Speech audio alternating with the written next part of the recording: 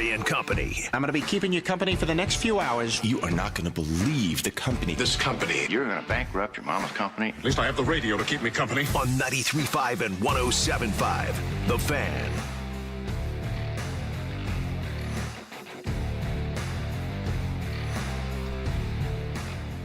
So let's get right to the two big question marks of the day. Going to get it right out there. And I realize that today is a day that we're going to talk a lot about Indiana and Purdue from last night and the absolute clinic that Purdue put on, and Indiana looking like they thought the game was actually on Wednesday. But I realize, I respect, and I understand that most fans with the Jim Irsay news that TMZ has broken are going to have a lot of questions. So I will simply throw out the explanation, the best of my ability, of those questions and go from there. We who cover the Indianapolis Colts have heard the same rumors that others have heard for quite some time. Those rumors being that Jim Irsay had overdosed and had to be administered Narcan in his Carmel home and was hospitalized. And it is a very fair question for people to ask, well, if you knew that, why did you not report it? Very fair. And the answer to that is because when you are talking about, first off, a matter that the spokespeople for said person asked for a privacy, they did not about that specific episode, but there are privacy and HIPAA laws that make things very challenging. And yes, there is Freedom of Information Act where you can get 911 records and things like that. That's not, that specific entity isn't really underneath the umbrella of what I specifically do. So I don't know, and that's not to throw others under the bus. I don't know exactly that process or how it works. But the rumor had been around for a while that had created, as you probably have been able to determine when we have interviewed different people or talked to different people on this radio station about Jim Irsay's absence from games, we had been hearing things, but we had not confirmed things. And one thing that I've learned in doing what we do for a living is that when you start to hear stories from different angles that are not connected to one another, that's when you start to wonder, especially when they seem to be consistent.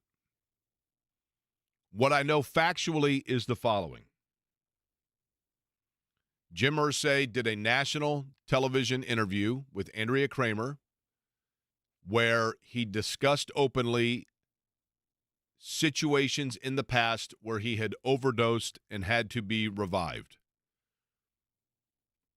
Admittedly, those were circumstances that at the time were never confirmed and rather were not by Jim Irsay and not specifically from direct representatives of him, but overall were dismissed. And it's very difficult with HIPAA HIPAA is the law that prevents a hospital or medical entity from revealing information about a patient without that patient's clearance. HIPAA makes it very difficult to be able to confirm a lot of things. So Jim Irsay, in that interview, divulged that he had had an incident in the past where he had overdosed and where he had been given life-saving procedure. In that same interview, in what I believe probably by Jim Irsay was something that he didn't realize the true scope of how it was going to resonate, he also was asked about his previous arrest in Carmel, where he claimed that he was targeted for being a white billionaire. TMZ, in the last 24 hours, has confirmed from the Carmel Police Department, or rather I should say reported from the Carmel Police Department, that Jim Irsay on December the 8th was that the police were sent to his residence in Carmel, that Jim Irsay was found, and when he was found, he was unresponsive, and that he was unresponsive, struggling to breathe with a weak pulse. He, quote, responded slightly to a dose of Narcan, which is used to revive people after an opiate overdose. The police classified the incident as an overdose and overdose/poisoning. Now, it is a fair question, although it's a relatively moot point in the grand scheme of things. It is a fair question to say, why did the local media not have this information and someone like TMZ can sweep in and get it? While I credit TMZ and have always said TMZ changed the trajectory of journalism when Michael Jackson passed away, and they were the first to report that, the reality is that I think TMZ uses methods to acquire information, and I say this as a credit to them. I'm not saying it to poo-poo them at all. I'm saying it for an explanatory standpoint. I do believe that they probably, I don't know this, but it would be my speculation that they, whether they paid someone to give the information, maybe they simply went through the Freedom Information Act, but I would think that different media outlets in Indianapolis, knowing of the stories that we had been told, were in fact trying to get those exact same records that TMZ used. I'm simply saying that from an explanatory standpoint. But either way, TMZ was able to confirm that information. Some 2 weeks ago, when a number of people who covered the Indianapolis Colts, myself included, had heard the rumors about Jim Irsay, it is factual that we inquired about it. I can say definitively and on record that I inquired about the circumstances that I had heard with the organization, and at that time was told there is nothing to report.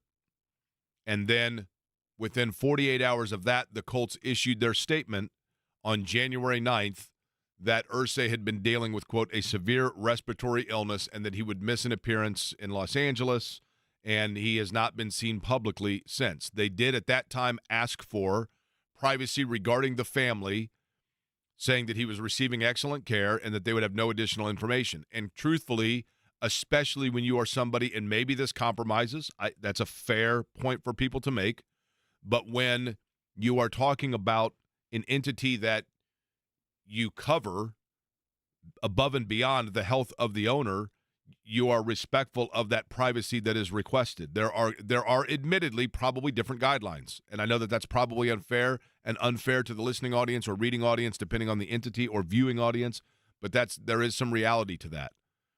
Now, what we know is this. When the Colts issued the statement on January 9th, it is a fact that they said that he was suffering from a respiratory illness.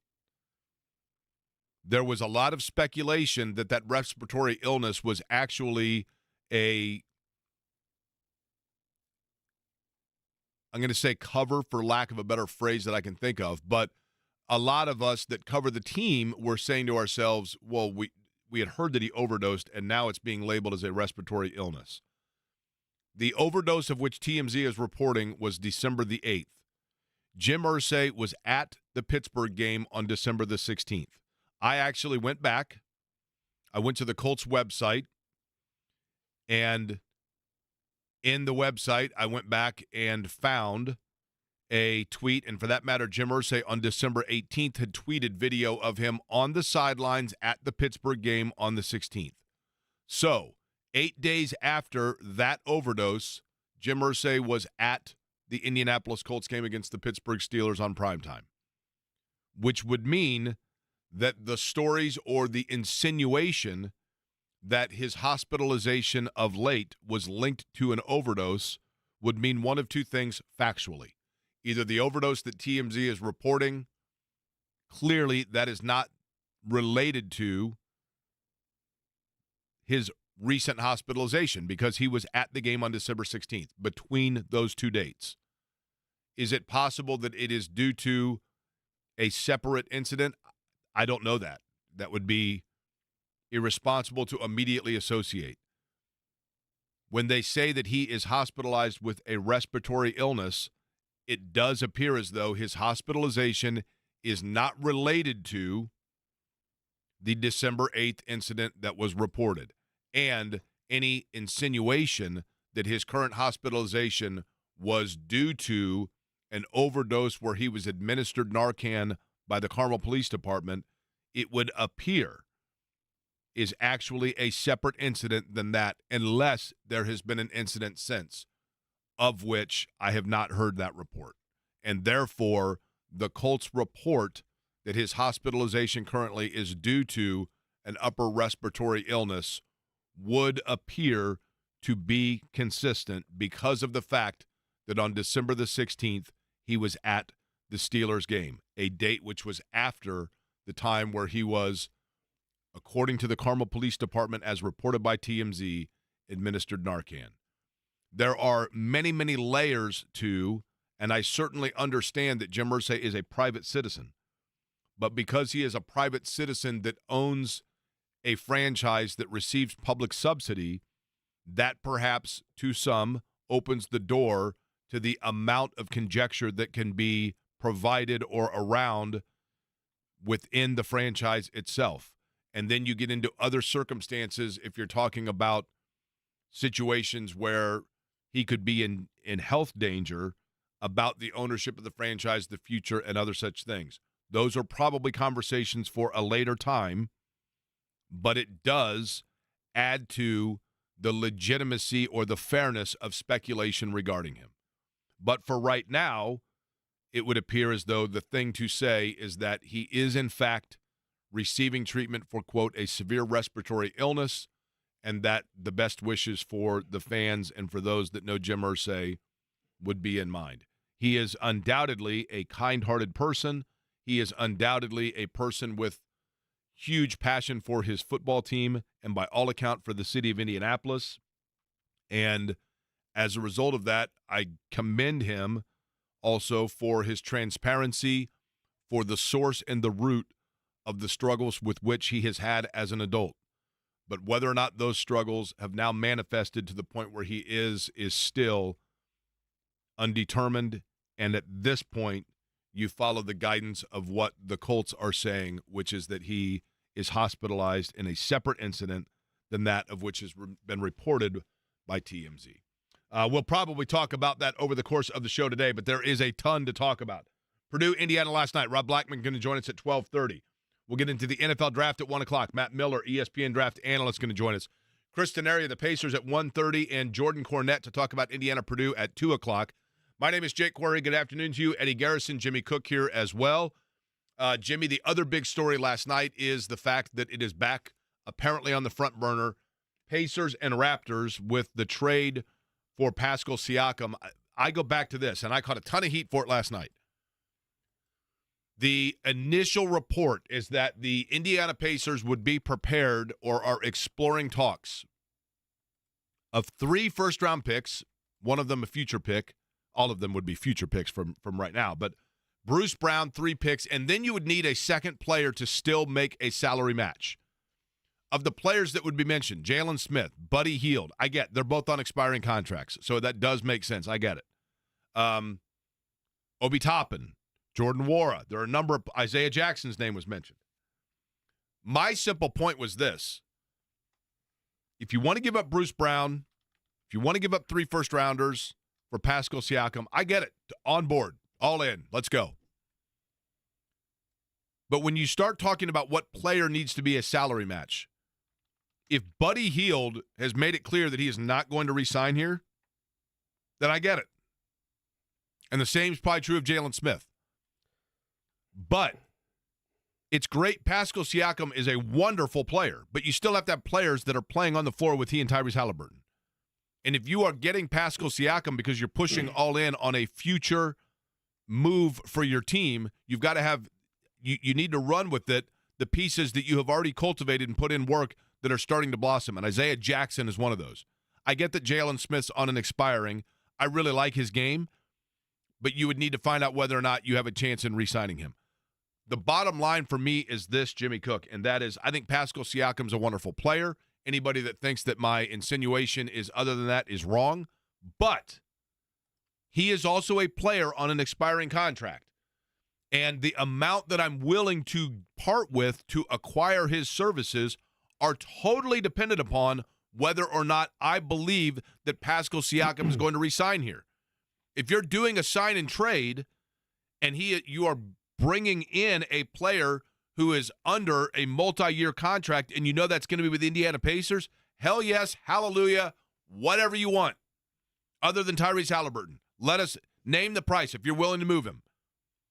But if you're sending me a player who is under contract for 6 more months and is under insinuation that he is not going to sign with you beyond this year, then I don't know what the value is, because he's a wonderful player.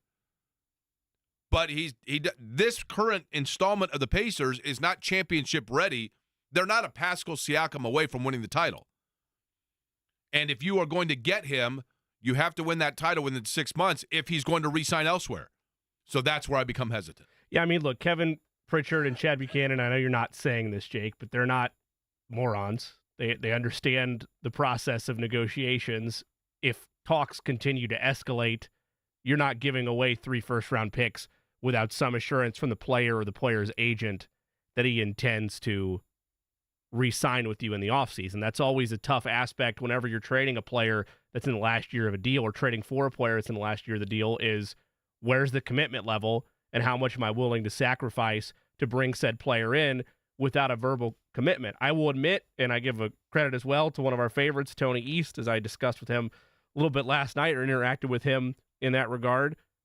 The picks that you'd potentially be giving up are not as knee-jerk reaction as I had at first. Anytime you hear 3 first-round picks, you think, oh, it's going to be over like multiple years, and you're going to set the franchise back in terms of basically taking out a mortgage to go get Pascal Siakam. They have 2 picks to play with, plus the Thunder's pick, I believe, if I'm not mistaken, in terms of first-round assets just for next year's draft. And that's assuming that that's the play they take, is they give up all their first-round assets just for next year. They could, in theory, play with a future pick or 2 down the line and still retain some first-round draft capital for this season. In terms of players that could be on the move, a lot of options for salary matches would be guys that you're unsure if you would commit that amount of money to them with what they would want on the open market. You bring up Buddy Hield. I don't know what Buddy's not interest level in the franchise is, but interest level is from a money standpoint. If the feeling is that you're going to have to contend and outbid other teams to retain him at a number that you might not be comfortable with on the same timeline as everybody else on this roster, plus other needs that you'll need to fill out, I'm not as attached to the hip at a guy like Buddy Hield. Bruce Brown's name has been brought up. He's a team option next year of $23 million. That's again, for those that don't know, it makes sense, right, how it's explained. Pacers have the ability to turn that deal down, and he would become effectively a free agent next offseason. So they have the flexibility in terms of pieces you wouldn't be necessarily hurt to let go in a salary match situation, but it's all dependent on, as you brought up, Jake, what Pascal Siakam wants to do with the future. I will be right there with you. If his determination is, I'm going to decide in the offseason what I'm going to do, I'm not comfortable giving up that amount of draft capital. If the thought is, no, here's my number, I'm committed to the Pacers, then I'm okay with going ahead and taking the leap of faith and making a transaction to acquire him, because I feel like you are still at an opportunity if you could secure him on a 2-year, 3-year, 4-year deal where you're not speeding up the timeline to a point that you don't still have flexibility on your own. Did you watch last night's? I agree with that, by the way. I mean, it all comes down to Siakam and an extension. I mean, it's bottom line. If he's shady, no deal. Like, that's right. Basically what it is. Yeah. Or his agent's shady. Obviously, you watched Indiana Purdue last night, right? Yes, I did, yeah. A couple of things that jumped out at me. First off, Noah Eagle sounds just like Dave Revson. Have you noticed that? I think he sounds like his dad. I mean, that he does sound like his dad, yes. But I'm not saying Dave Revson's his dad, but he sounds Dave Revson's okay, then Dave Revson sounds a lot like Ian Eagle. How's that? I hear similarities in all 3 of them, yes. Last night was a clinic. It's an absolute clinic. And Indiana, I got bad news for Indiana fans. Okay? In the first half of that game last night, your team looked totally unprepared. They looked like they did not know what to do. They didn't have much of a game plan. Mackenzie Mbako got out to a really good start. And once he picked up 2 fouls, Mike Woodson put him on the bench and then took a page from Tom Crean's notebook where he forgets about players. How many fouls did he finish with, by the way? Oh, that's right. He finished with 2. Okay, I just want to make sure. We're on the same page with that. Okay. Woodson, to his credit, said after the game, look, I should have put him back in earlier. Because once that lead went to like 15, it was over. They couldn't come back from that. and he was the only pulse on offense in the first 5 minutes of that game. Like, I get it. He's a freshman. I understand the logic of it. You're worried about picking up a quick third, and then what do you do? And I appreciate Mike Woodson acknowledging the fact that he probably should have had him back in there sooner, but at some point, especially with where your offense was, you roll the dice with him and let him play with it, because at the end of the day, if you hold him out as long as you did, the game's going to be over anyway. I mentioned that last night, and it was. Like, credit to the fake rally that happened in the second half to make things look like they were going to be interesting. From an offensive standpoint, you could not afford to have that type of drought in the first half. That's how Purdue runs away on teams. First off, Xavier Johnson. And look, I realize that Purdue fans are going to hear me talking, and they're going to go, Purdue went down there and cleaned Indiana's clock, and I turned on the local radio station, and they're talking about Indiana. I totally get it. Purdue's really good. Zach Edey was phenomenal last night. And the thing I love about Zach Edey, there's a lot to love about Zach Edey. I love the fact that this guy goes out and has 33 and 14, and for the most part, he would score and kind of like be demonstrative to himself, but I don't see him taunting people. I don't see him acting like a jackass, and like he's getting foul. Look, people can say all they want, like, this guy fouls every possession. No, he's getting absolutely, guys are draping all over him. He's got an unbelievable finishing touch. He had an unbelievable game, and he dominated the game last night, did Zach Edey. Dominated it. And here's another thing that, and the thing I loved also about Purdue was they were steady Eddie during that run. Indiana makes a run, gets it down to 9, crowd's going bonkers. They come back and they just make plays. Fletcher Lawyer on a few occasions gets a shot that maybe a year ago he puts up, but he realizes it's guarded. He's able to do a pump fake, take a step, get himself open. He goes 5 for 6 from the floor. Near perfect across the board offensive performance for him. 4 of 4 from downtown. Again, it's the steps of these guards, and I know that Braden Smith went 0 for 6. I mean, okay, you work with that. They won cleanly. That didn't have an impact on the game. You see steps continually game by game with these guards from where they were a year ago, to your point. Mason Gillis comes in, makes big energy plays. Lance Jones hits big shots from the outside. And then when Indiana started to kind of get things going just a little bit, and, the one guy that was kind of giving them some energy, Trey Galloway, and Purdue just goes in and makes defensive changes and takes him out of the game, and Indiana is stuck. Now, when I was a kid, and I played basketball, and I played a lot of basketball, and if you were to ask people that played basketball with me growing up, I'm not even proud of this. I'm not ashamed of it. The term that we used in the late 80s, early 90s, I don't know that it's around anymore. Times have changed. Society has changed. Maybe it's politically incorrect now. I don't know. But when I was a basketball player, if you were to ask anybody about my basketball game, I guarantee you they would say, that guy is a total gun. And we called it a gun because that meant you knew that guy, anytime the ball was coming to him, he was going to shoot. I think I've been openly candid about the fact that when I played basketball, I wasn't the sharpest tool in the shed, and I had a lot of conceptual challenges, and so I couldn't learn the offense. I couldn't grasp the offense. So when the ball would come to me, I would shoot because I wasn't sure what I was supposed to do, quite frankly. I shot all the time.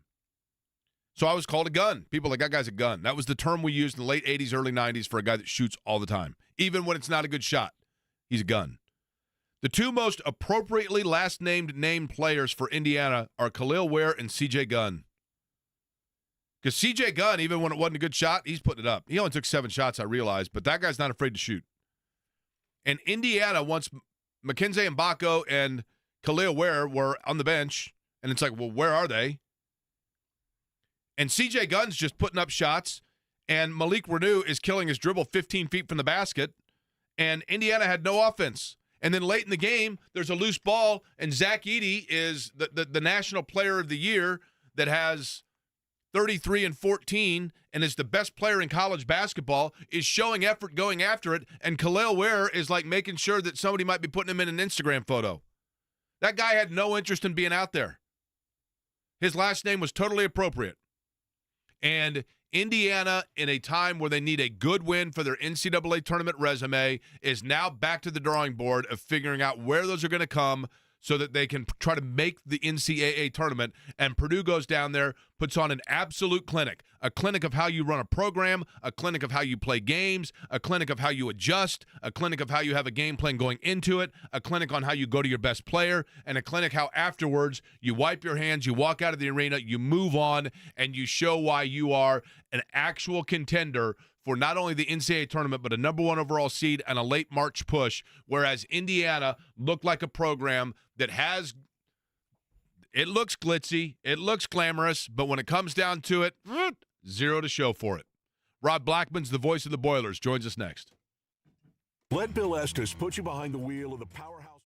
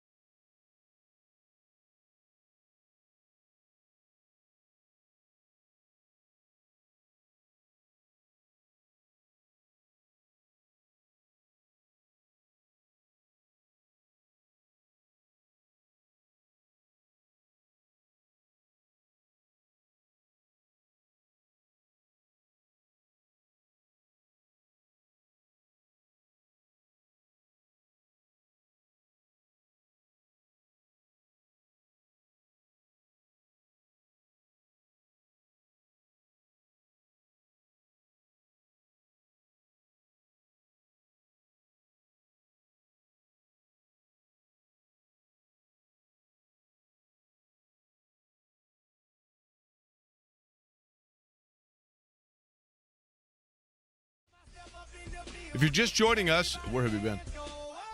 We touched on the report from TMZ about Indianapolis Colts owner Jim Irsay on December the 8th. Carmel police responding to his home and administering Narcan. Their story does include report from the Carmel Police Department commenting on the fact that they said he responded slightly to a dose of Narcan.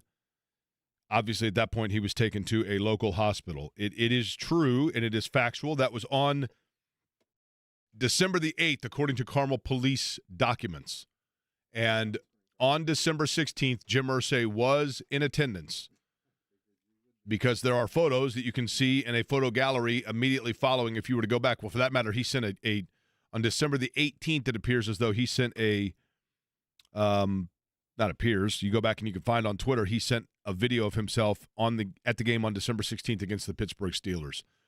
So while he is currently, by all account, hospitalized, that according to the Indianapolis Colts, it would not be a continued hospitalization from the December 8th incident because clearly he was out of the hospital by December the 16th.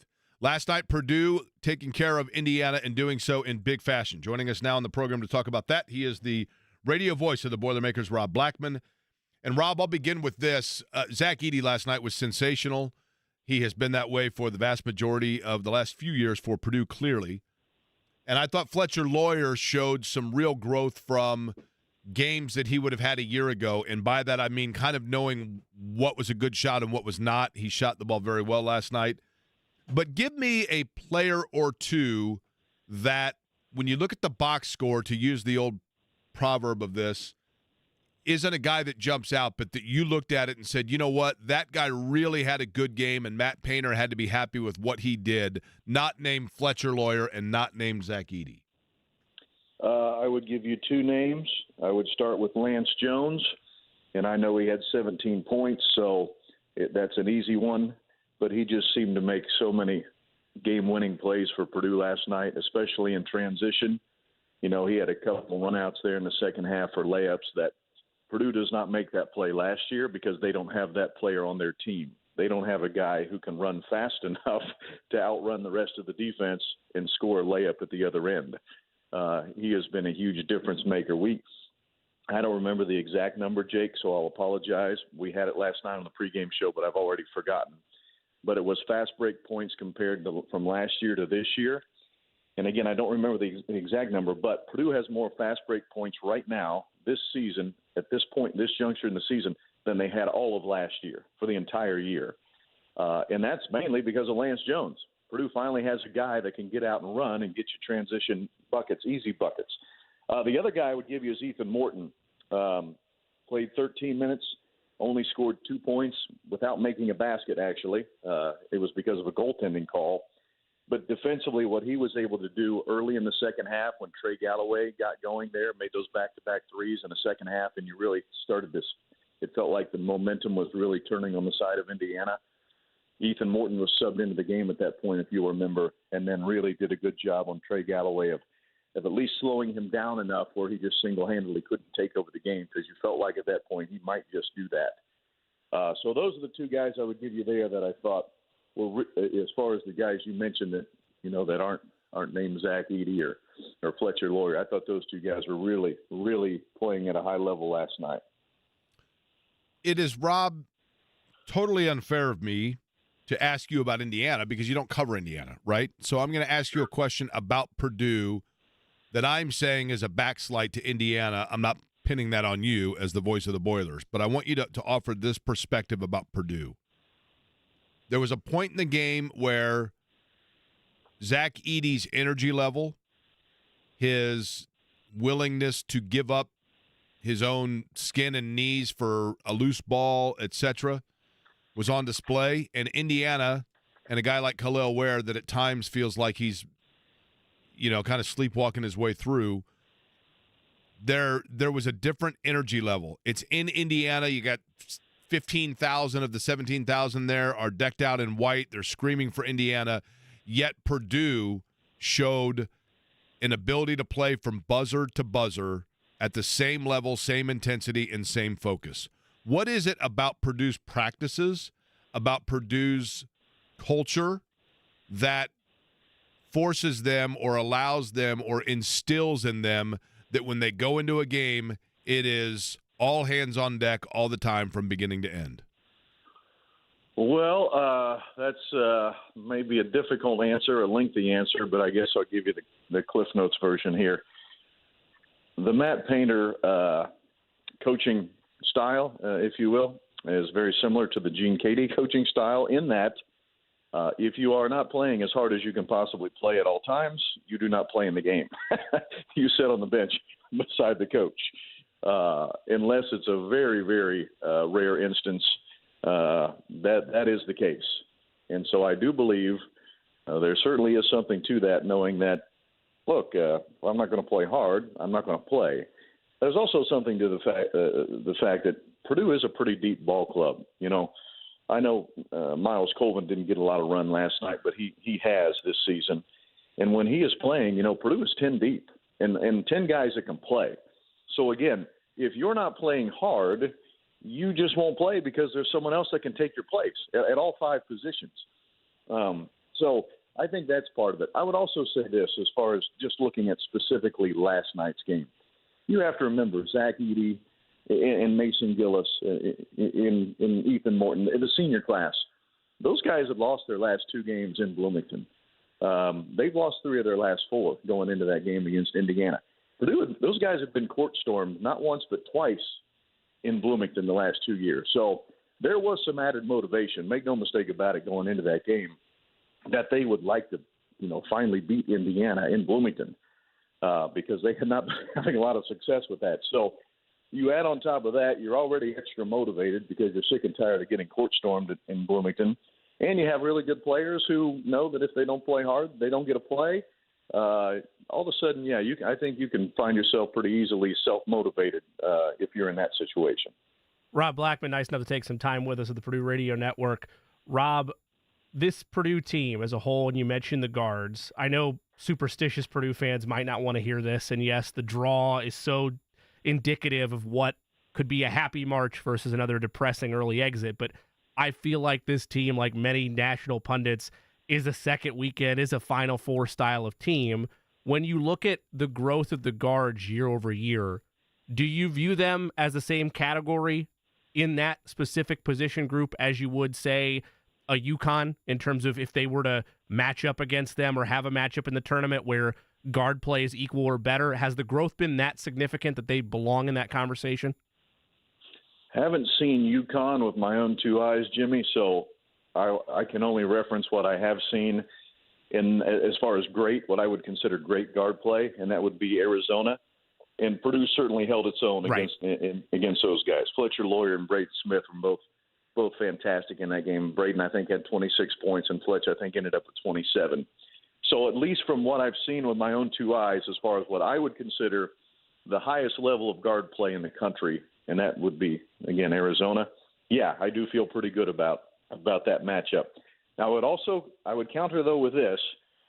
The two games that Purdue has lost this year, it's because the other team's guard play was just at another level. Boo Buie in Northwestern, they were just at Tyberry. Sherberg, I hope I'm saying his name correctly. Those three guys are at another level. I think they combined for, 70-some points against Purdue in that win at Northwestern. And then we saw the same thing at Nebraska, where they were outstanding from especially a three-point shooting perspective. It started with Tomei Naga, but quite frankly, C.J. Welcher was also really good in the second half. My point being, when Purdue has lost, which hasn't been often this year, only twice, the other team's guard play was at an absolute another level. So I guess what I'm saying is it can happen. We saw it happen last year against Fairleigh Dickinson.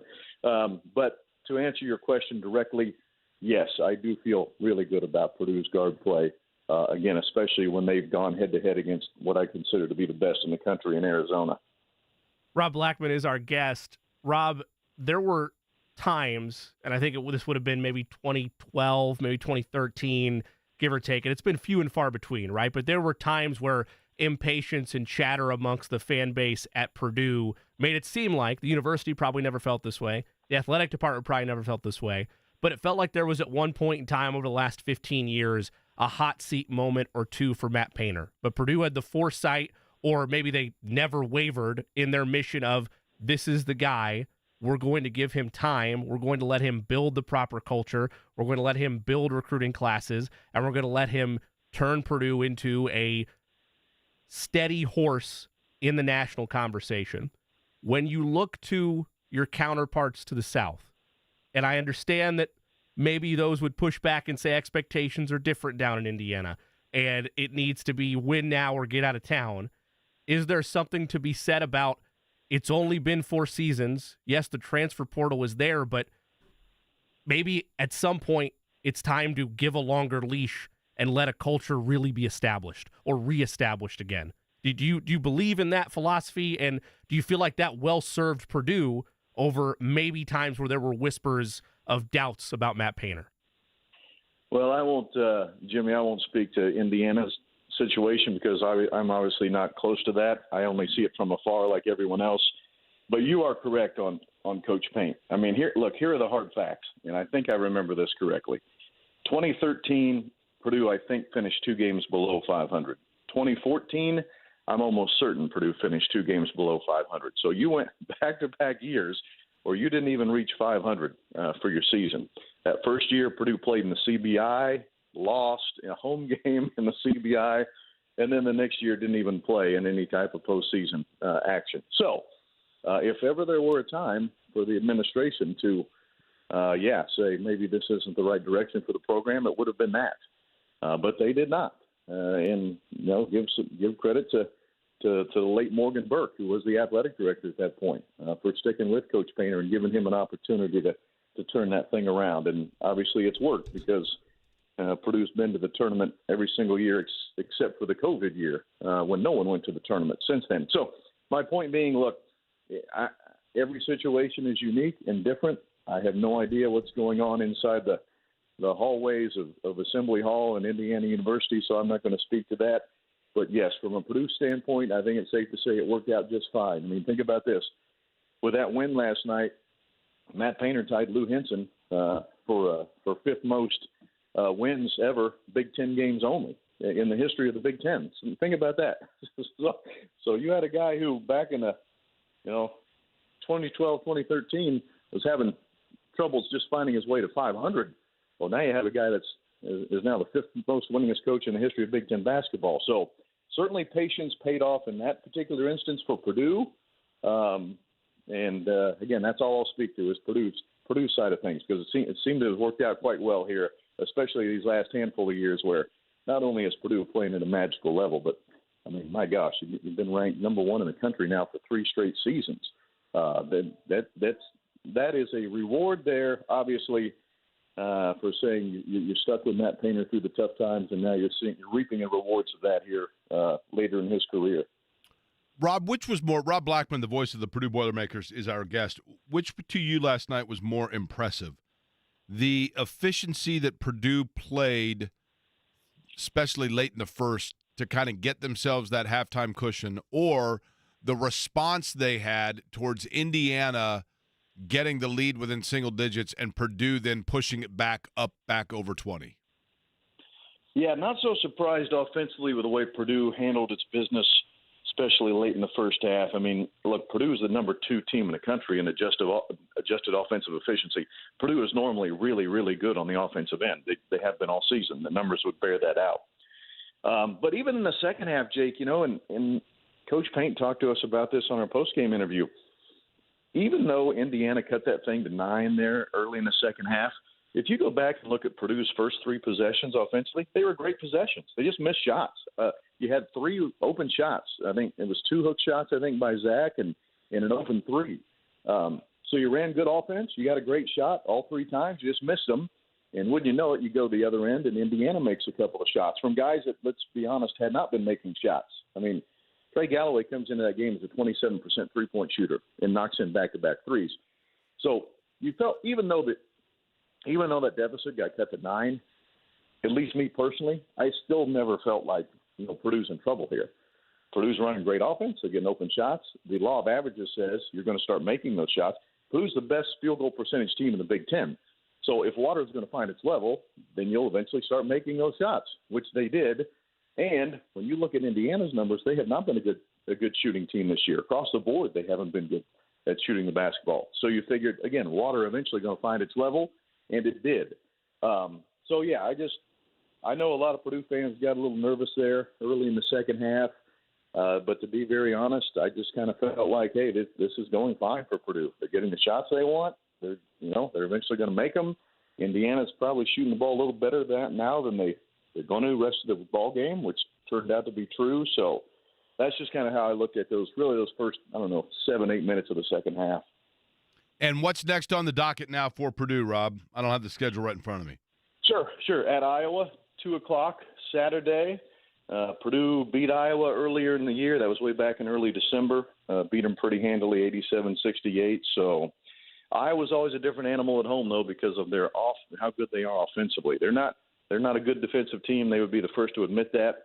But they do have enough firepower to outscore you and beat you in a track meet. So it'll be another challenge, man. Welcome to the Big Ten.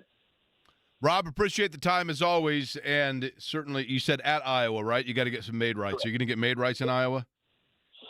You know what?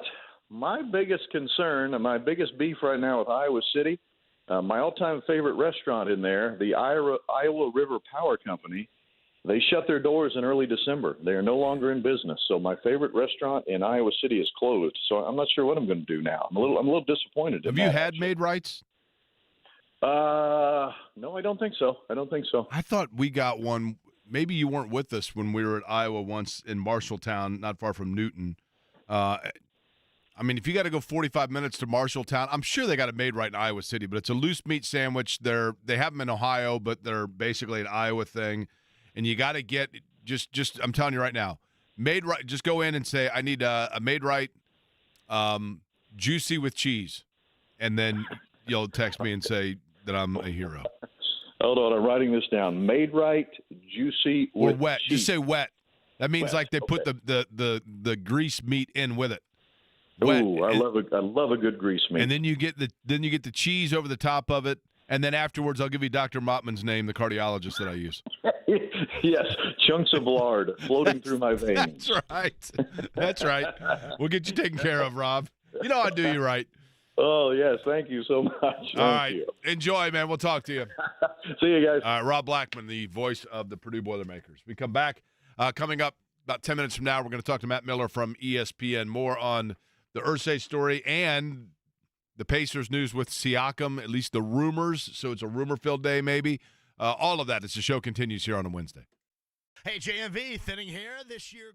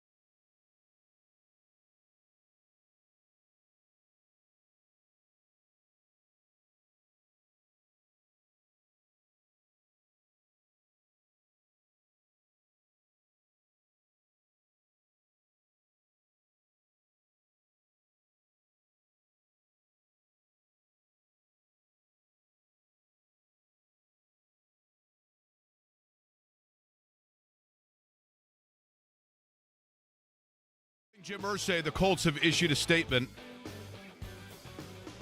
earlier this morning about the TMZ report. Quote, Mr. Irsay continues to recover from his respiratory illness.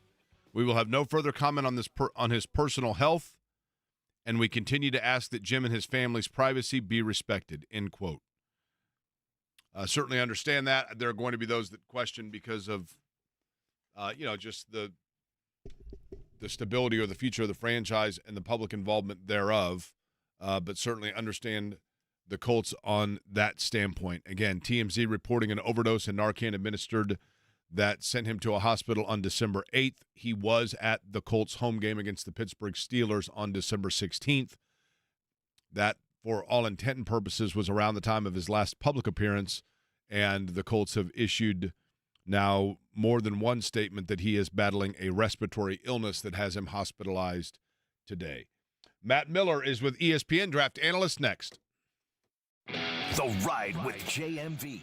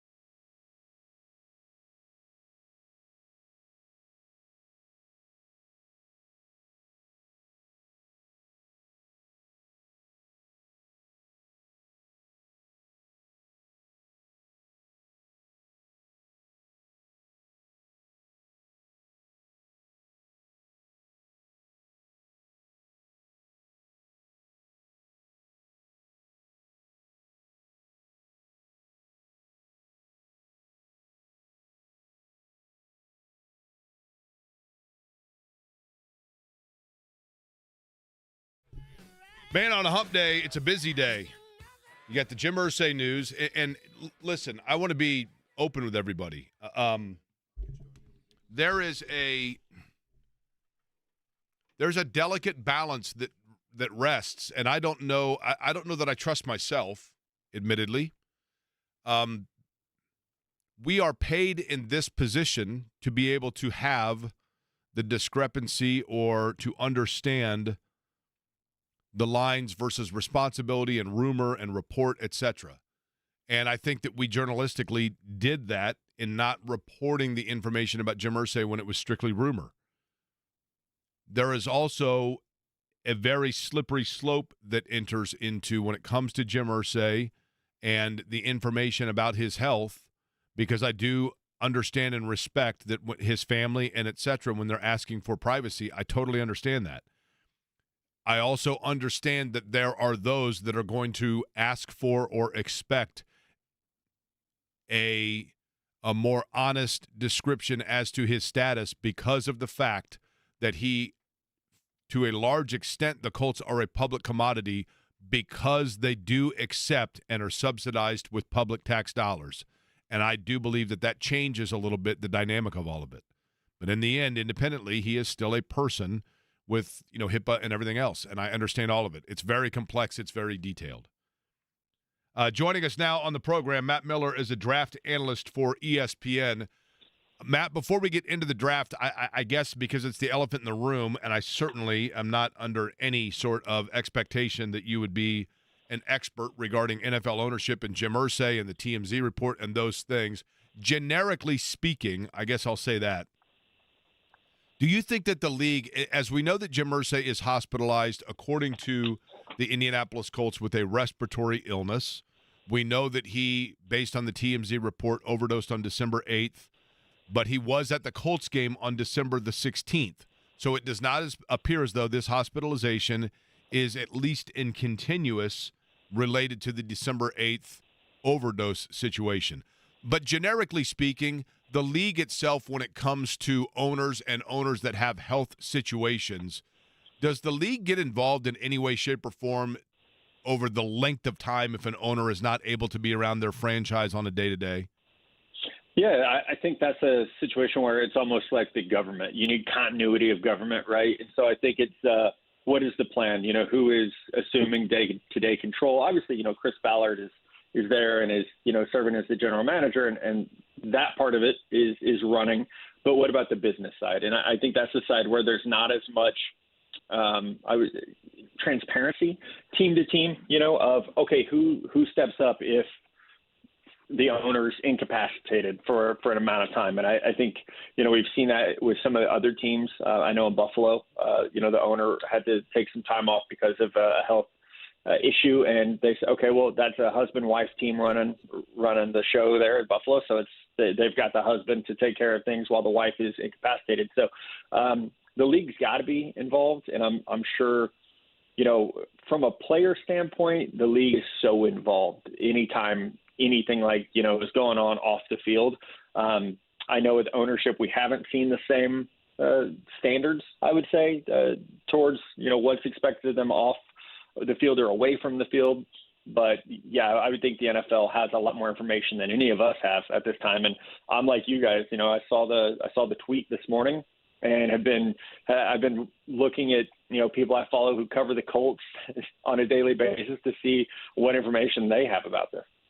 I guess the other question, Matt, and I don't want to put you in a bad spot, so feel free to say, dude, I have no idea, because maybe it is different from team to team. I don't know. When it comes to, like, transfer of ownership, I'll put it that way, okay? Do leases that teams have with cities and those sorts of things typically bind from one owner to the next, or do they kind of does that go out the window when there's a change in ownership?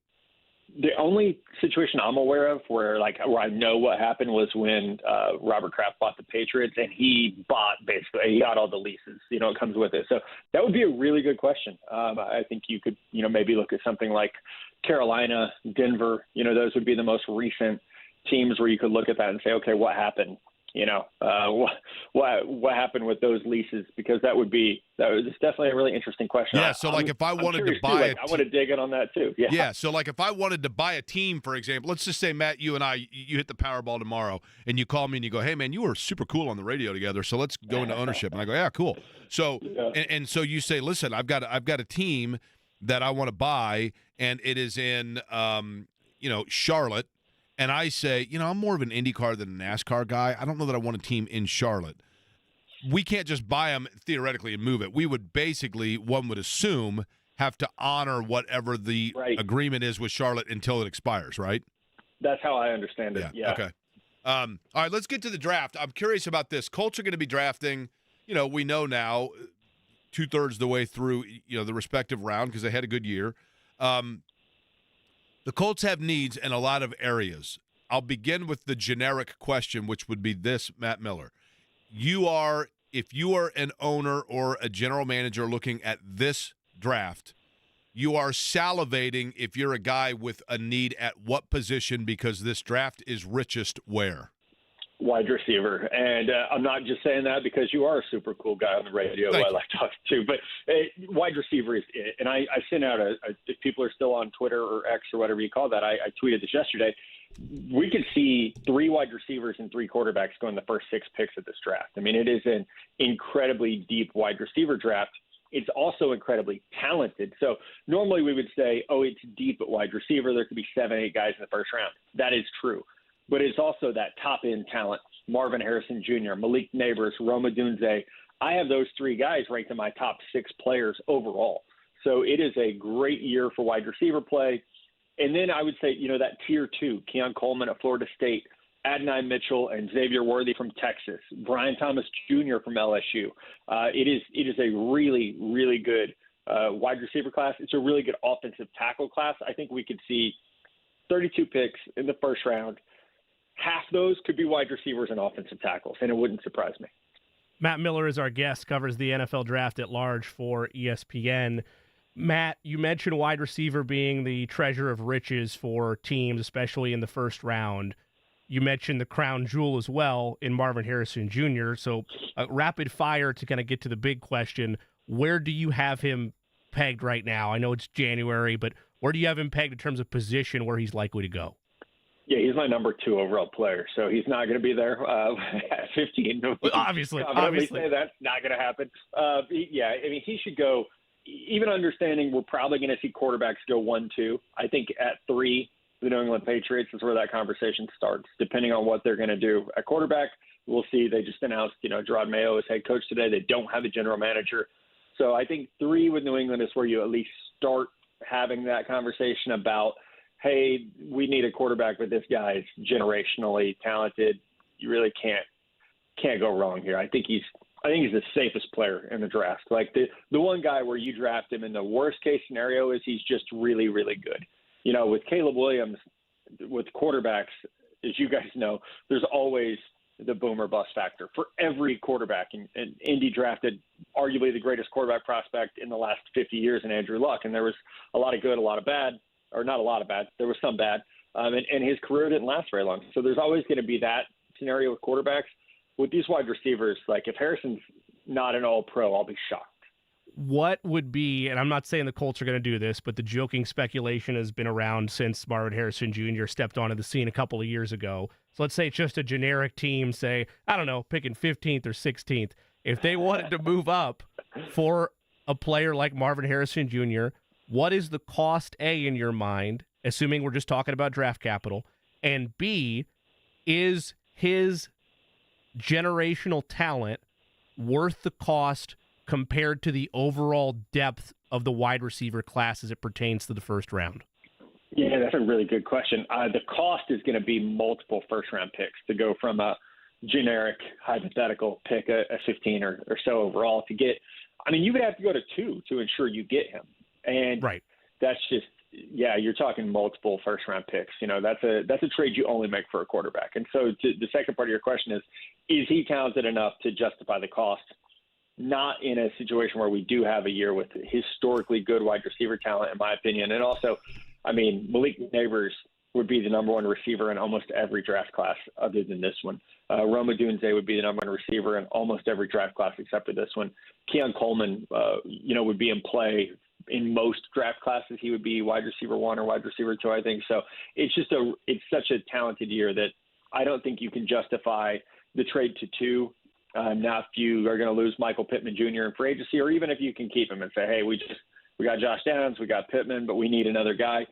You're looking at like Arizona at 4, the Chargers at 5, the Giants at 6, the Titans at 7, Atlanta. Every wide receiver in Atlanta is a free agent except for Drake London.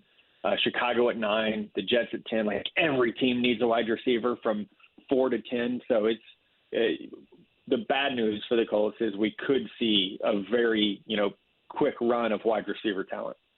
Now, Matt Miller, ESPN, is our guest. I'm assuming that you come to Indy for the combines, correct? Absolutely, yes. Okay. So are you required, and this is, you live in what city, if you don't mind me asking? I live in Joplin, Missouri. Joplin, Missouri. Okay. I have a friend from Joplin, Missouri, by the way. Okay, so Joplin, that's the hometown of Mark Twain, is it not? Or is that Hannibal, Missouri? That's Hannibal, other side of the state. Sorry. Yep. Okay. So we'll just say Kansas City, okay? So yeah. Carmel, Indiana is like the Overland Park of Kansas City, just to give you a reference here, right? It's the suburb. Now, in Carmel, Indiana, if you're coming in town for the combine, there's a bar and restaurant. Now, it says it's temporarily closed. That might be due to construction. But there's a joint called Matt the Miller's. Are you required to go there? I've never been. I get sent that photo all the time. I think there are some in Ohio as well, because people will send me that photo on social media. And all the time, like, hey, is this your spot? I'm like, I've never been, but I got to go one of these days. I'd go in there and throw my weight around a little bit, right? I mean, you got to, right? Surely you get a free beer if they read your driver's license. I would hope, right? That would be great. And it's got to be a Miller, by the way. Okay, so Matt, the opposite question of the one from which I led off, and that is this: you are going into this draft, the 2024 NFL draft. You are a franchise that is in dire need of this position, and you are absolutely losing sleep because you're like, this is just the driest draft at this position. I can't believe this is the year that I'm in need of it. That position's what? Linebacker, off-ball linebacker. This is not a good year. I don't have one rated in my top 50 right now. It is just such a weak year, and there are good players. Like there are going to be guys that are drafted. Junior Colson from Michigan, Jalen Ford from Texas. They're going to be round 2, round 3 guys that play as rookies, but they all have enough question marks in their game that you're not drafting them high. So I would throw out interior offensive line. It is not a good year. There's going to be guys drafted at tackle who get moved into guard or center, and then maybe they get drafted a little bit higher than what we're talking about right here. But I'm talking like guys who played center or played guard in college. We might have 2 or 3 in the first 2 rounds. So pretty weak group there. And it's a weak group of running back, which I know is pertinent with Jonathan Taylor being a free agent. We're not going to see 2 running backs drafted in the first round this year like we did last year. I will be shocked, guys. I'll buy a round of beers for all of us at Matt the Miller's if a running back's drafted in the first round. The Taylor was interesting because I remember this time a year ago, Matt, we thought like Jonathan Taylor was kind of crazy for starting to insinuate trying to get big, $12-14 million a year at the running back position. And then I was stunned when the Colts extended him at they basically gave him the amount he wanted, which maybe that's why. Maybe they were able to look at it and go, look, there aren't a million of these guys growing on trees, especially this year, right? So maybe that helped him out, and it was the seller's market essentially for free agents at running back. I'm curious of this, in your opinion, and we'll say the last 5 years or so, is there a player, Matt, that came into the league that kind of broke the mold at their position and thus, as a result, changed the trajectory of the way that position was analyzed or drafted? In other words, they didn't have the things going into it that people anticipated was necessary at that position, but their particular success then opened the door for other players to be analyzed that would not have been before that player was drafted. Yeah, I think it's Patrick Mahomes. I really do. Mahomes coming out of Texas Tech. Like, I wish people could be honest with themselves and we could talk about Mahomes the way we did in March of 2017 instead of how we have to now, because I had him rated as someone that would be a good starter. But he was coming out of a system. He'd never called a play in the huddle. He had never been under center. There was so much he hadn't done. And so you had all these questions about this dude who played in this backyard football kind of system. His lower body mechanics were terrible. Everything was off platform. He's not incredibly fast. And it felt like every play he was like running around, drifting away from pressure. And you watched him and you thought, okay, this kid has the strongest arm I'd maybe seen at that time. Fantastic field vision. But I mean, there were a lot of questions about, does that kind of football really work in the NFL? And again, let's remember it's 2017. We're coming off Manning and Brady and, all these like pocket passers. And then you've got Mahomes, who's 6'2", 215 pounds. He's not your 6'5", 230-pound, Greek god playing quarterback. So he's certainly changed things. And I think to the point that we do see, Josh Allen, Lamar Jackson, Jordan Love right now, Jalen Hurts, players like that who are so good at making plays, second effort, or making plays off platform are getting a chance now. Whereas I think before Mahomes, a lot of those guys, and I used to say it, like that style just doesn't work. So I think the NFL has really changed to embrace, that style of play. NFL draft analyst Matt Miller of ESPN is our guest. Matt, I've never shied away from this. I'm an offensive-first guy. I love the sexiness of that aspect of the NFL like a lot of people do. So when I see a first-round pick utilized on a defensive weapon, I'm not always bought in, but eventually I'll get there. That is to say, let's say the Colts decide to focus on defense with their pick in the first round. When you look specifically at cornerbacks or an edge rusher, where is the most bang for your buck at this stage if they decide to go that direction with their first pick? Yeah, I think at 15, like we talked about, we're going to see a lot of quarterbacks, wide receivers, offensive tackles come off the board. That's good news if you are, a defensive mentality in this draft. I think Tyrion Arnold, the corner from Alabama, you're probably crossing your fingers hoping he's there. He's been my top-rated corner since midseason. He is fantastic. I mean, super athletic, a great tackler. He's smart. He's poised. He's 6'2", 200 pounds. I mean, he's like ready to go. He could walk in and be, rookie of the year type corner. I really think he's that good. If you're looking at edge rusher, Dallas Turner from Alabama is going to be off the board by 15. But Leatu Latu from UCLA, as long as the medicals check out. He had to retire medically for a year because of a neck injury at Washington. Goes to UCLA. He's played the last 2 years. He has 23 and a half sacks in 2 years. He had 21 and a half tackles for a loss this past year.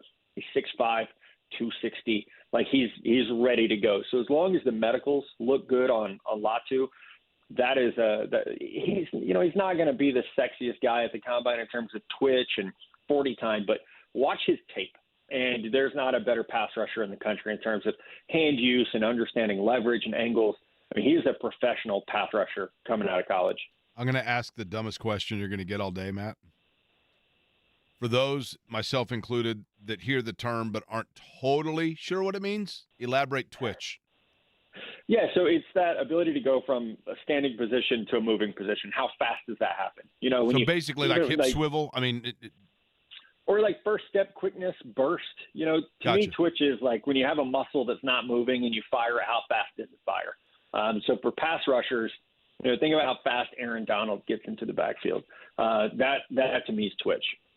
Do you find with linemen, offensive linemen, that there are guys that are either great run blockers and terrible in the pass or vice versa? Or are we in an era now with just the overall athleticism of big guys that it's usually pretty true for a guy either side or either discipline?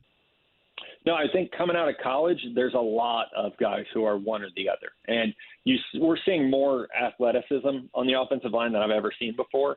However, there's, you're coming out of, like, okay, if you go to Notre Dame or Ohio State or Iowa, Alabama, you're probably pretty well versed in everything.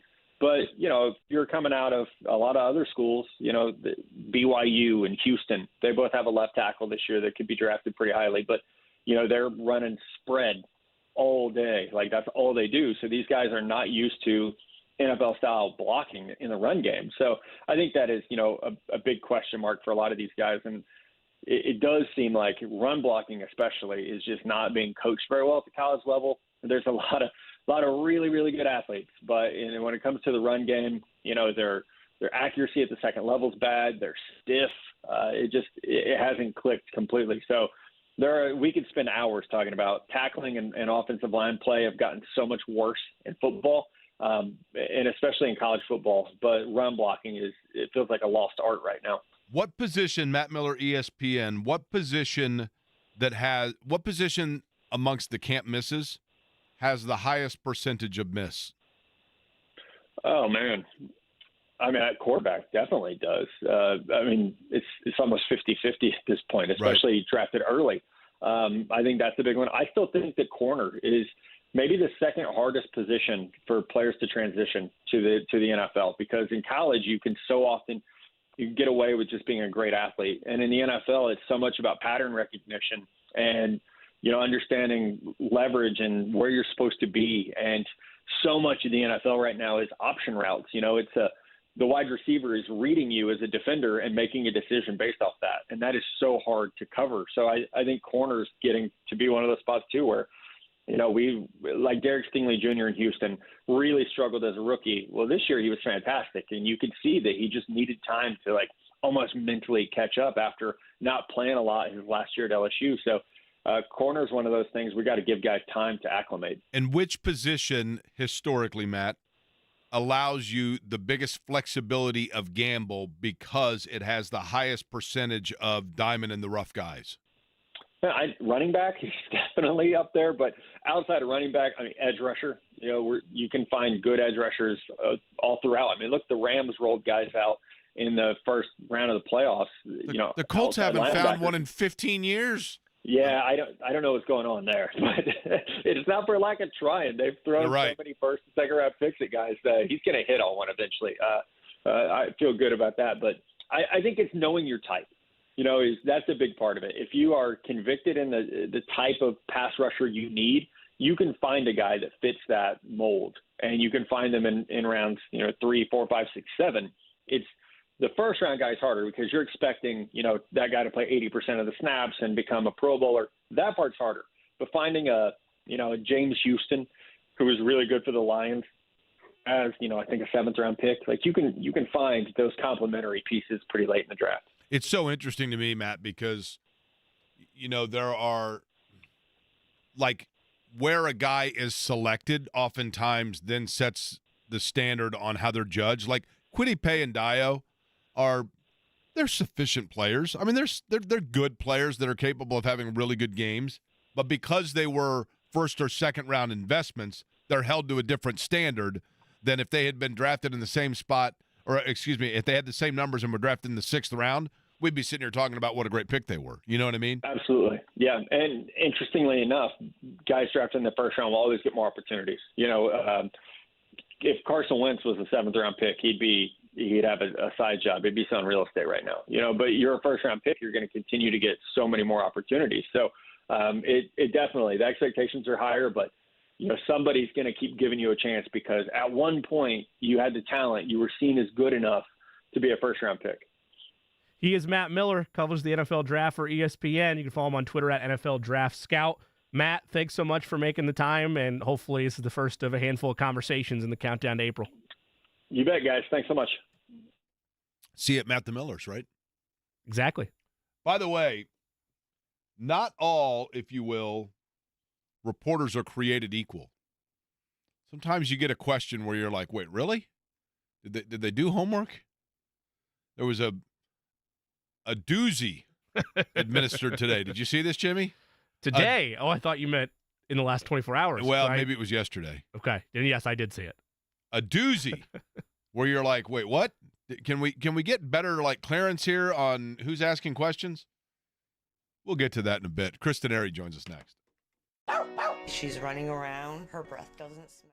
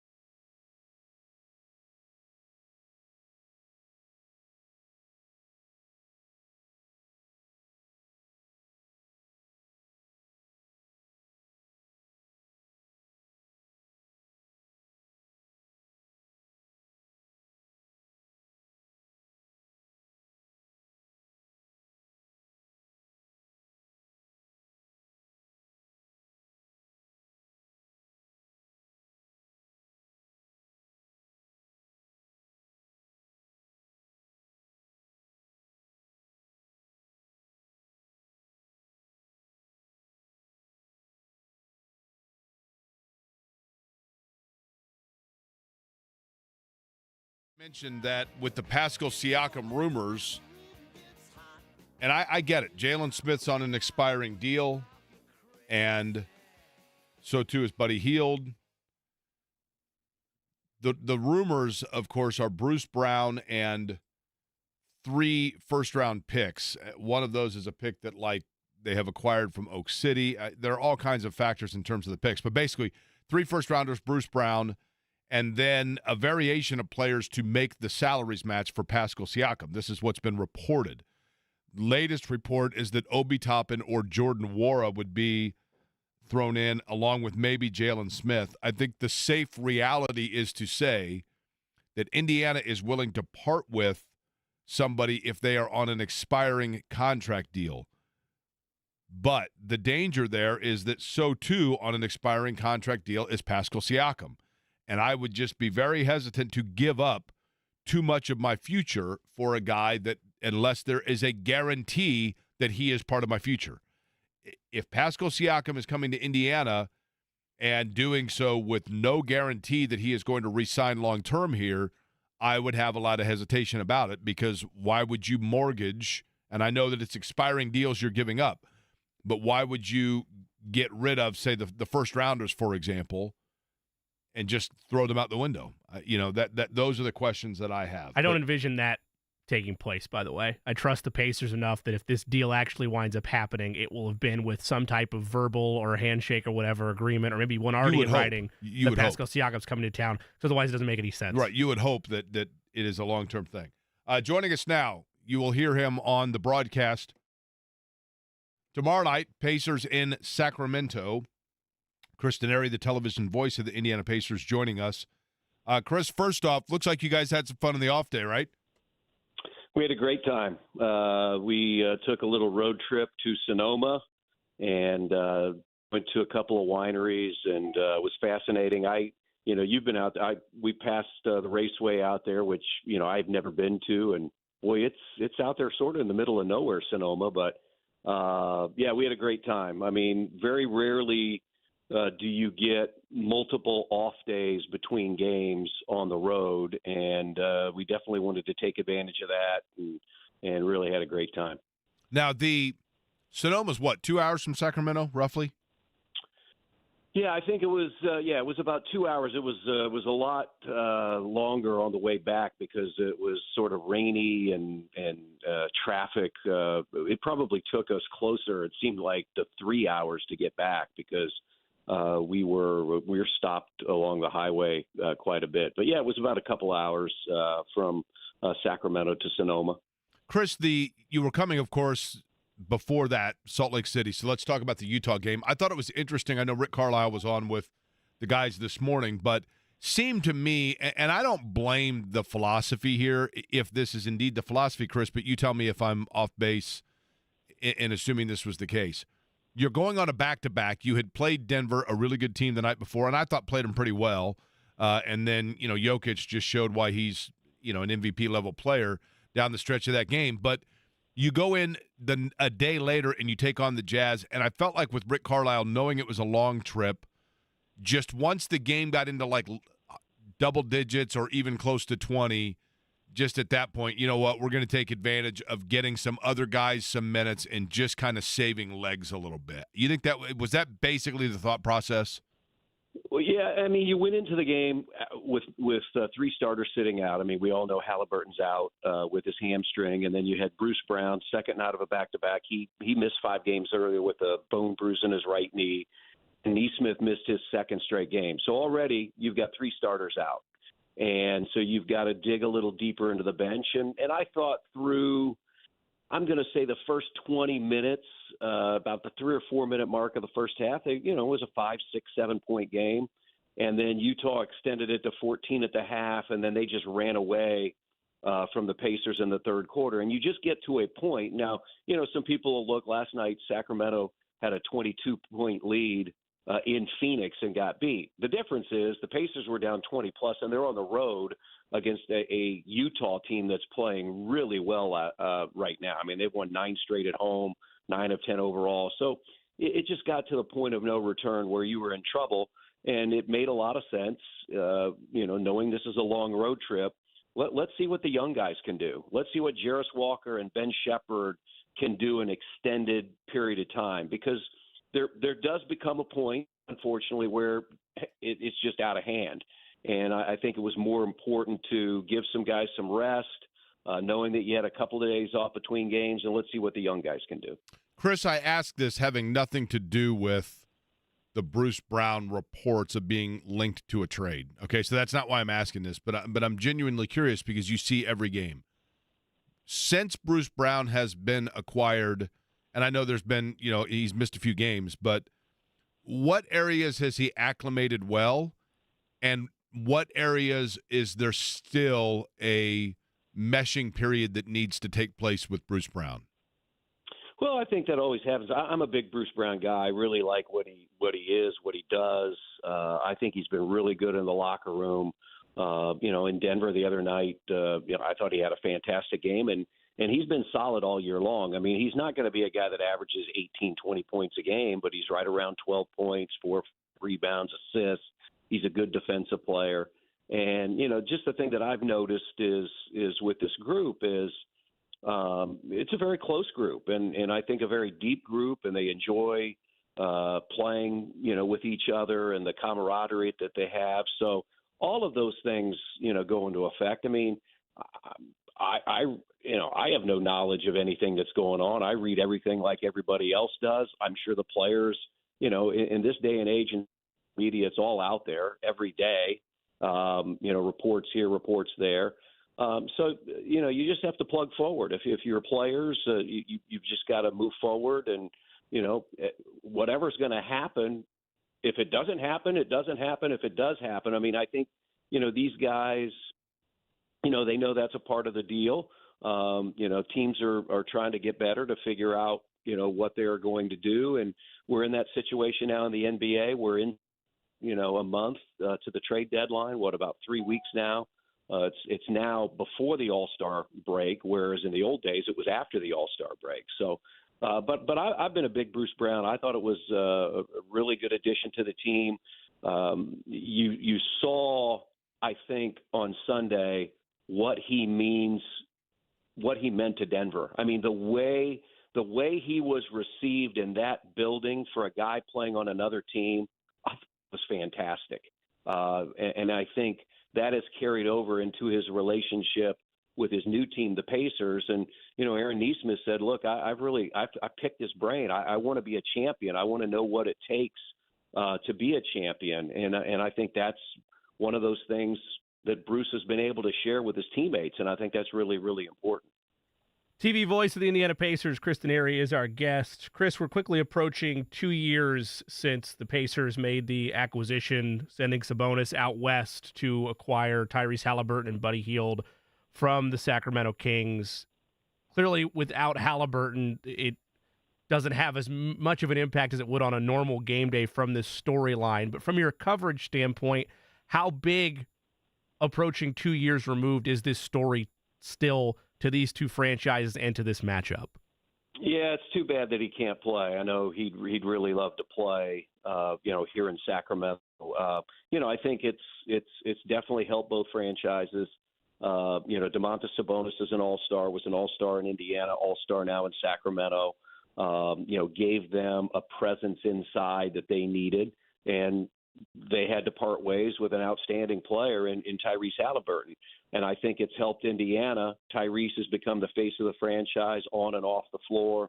We all can look at all the numbers and all the things that he generates, and he makes his teammates better.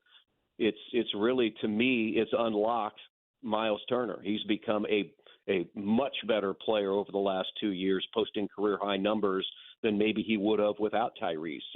And so, that's why teams make trades, is both sides are looking to get better and looking to maybe do something different. And that's exactly what Sacramento did, and it's exactly what Indiana did. The wild card in this is, and it's Buddy Hield. And for whatever reason, and I don't know all the things that went into it, is there's some animosity with Sacramento fans and Buddy, and I'm a big Buddy proponent. I love the way he plays. I love the attitude that he plays with. He's a really, really good teammate. So I'm sure Buddy will be looking forward to tomorrow night's game as well, because I really think he's blossomed, with the Pacers and does a lot more than I thought he did. I just thought of him as a three-point shooter, but I've seen Buddy over the last year and a half, almost 2 years now. The passing, he's gotten better defensively. He's got more of an all-around game than I think we all gave credit to him, when he was here in Sacramento. Chris, in the Utah game, Chris Dena, the television voice of the Pacers, is our guest. When Jarace Walker got in the game, I'll admit I'm still a little bit, I'll use the word frustrated, at his – you can see that he has the ability to shoot the basketball, but he looks to me at times like I did playing against Tony Barbie in open gym at North Central, right? Like the game is moving a little faster than I'm used to, and so I'm rushing bad shots. Like he seems a little out of rhythm at times, but the Utah game was the first time that I really saw an example of basketball instincts out of Jarace Walker, which sometimes are the hardest thing to teach a guy. And it does appear as though he has a high, to use the term, basketball IQ, of an understanding of seeing the game kind of before it happens. Is that a fair assessment? Yeah, I mean, he was a guy that when he went to IMG Academy, he was on a very, very talented high school team that had a lot of depth. And so early on, he played a little bit of point guard there. And I think he has a recognition for the game that, a lot of players don't have. Again, he's young. He played 1 year at the University of Houston, and so there's a lot of growth. And making that move from, Houston to the NBA, and even those games he plays in the G League, there's a big difference between what you can do in the G League and what you need to do in the NBA. I mean, case in point, Oscar Tshiebwe is a tremendous rebounder, and I thought he did a nice job the other night in the minutes that he got. But a couple of times he tried to follow an offensive rebound, and there's Walker Kessler at 7 foot blocking his shot. He does not run into that, on most G League nights. And so I think for somebody like Jarace, he's continuing to learn. He's got veterans in front of him. The Pacers are in 6th in the Eastern Conference right now, holding on to that last playoff spot in the East. And so this is a team determined to get to the postseason. They'd like, everybody has said if you could get into the play-in, that would be the next step. And I would agree with that. But this is a team that feels like that they can be in the top 6 and guarantee them a playoff spot. And with the veterans that are ahead of him that I think have played well this year, it just makes it a little bit more difficult for Jarace to get on the floor. So all of those opportunities that you get, even in a game on Monday night that, was well out of hand in the fourth quarter, those are still important moments. And again, as you said, Jay, you see what this guy possesses as a playmaker. I mean, he made some terrific passes that you just don't see guys his size make. So all of that is going to help him as he moves forward here early in his NBA career. Chris, when you're on the road, Chris Dena, our guest, if you were to take out like the surrounding geography, so you're just going to take the physical structures, the houses, the roads, the bridges, the buildings, and you're going to like pick them up and move them and drop them, right? Those structures, the place that looks the most like Indianapolis, Indiana. My feeling is Sacramento is top 5 in the NBA of cities that just kind of look like Indianapolis in terms of their layout, their building sizes, their houses, etc. Agree or disagree? I would not disagree. I mean, when we were driving yesterday, now granted, you see some mountains, some hills. You've got we got to Sonoma, and all you see is wine country, right? We don't see that in Indiana, but you're on a road, and it's not dissimilar to what you see. I, in fact, said to the group, now this is almost 15 years ago, when I went with the Pacers to China, to Beijing, and we played in a couple of games in the season, and I remember being in a van going out to the Great Wall, and it was not dissimilar to looking out as if I was driving from Indianapolis to Anderson or to Muncie. Honestly, it felt like that just looking outside. And I would say, in some respect, in certain areas, that would feel the same here around Sacramento. Now, of course, you head west towards San Francisco, and all of a sudden it's different with water in the bay, all that kind of stuff. But I would not disagree with you in that regard. You know what I say, Chris? It doesn't matter what city you're in the United States now. You are within 5 minutes of a strip mall that has a Suntan City, Qdoba, Bed Bath & Beyond, and Jersey Mike's, right? Well, I'm very happy that, again, they have a brand-new Golden One Center here, which is in downtown Sacramento. If people remember, they used to play at Arco Arena, which was more out in the suburbs. But here downtown, I mean, they've got, Starbucks, Chipotle. I mean, all within walking distance of the arena. So you're right. And I'm pretty happy. You give me those types of places in a CVS or a Walgreens or, any of those places. If I have that within walking distance, I am happy. I'm with you, man. We've been to 9 cities in the last 3 years, internationally speaking, and my job is to always find the Starbucks in the morning for when Shannon gets ready, and we've never been more than like a 3-block walk. It's crazy, right?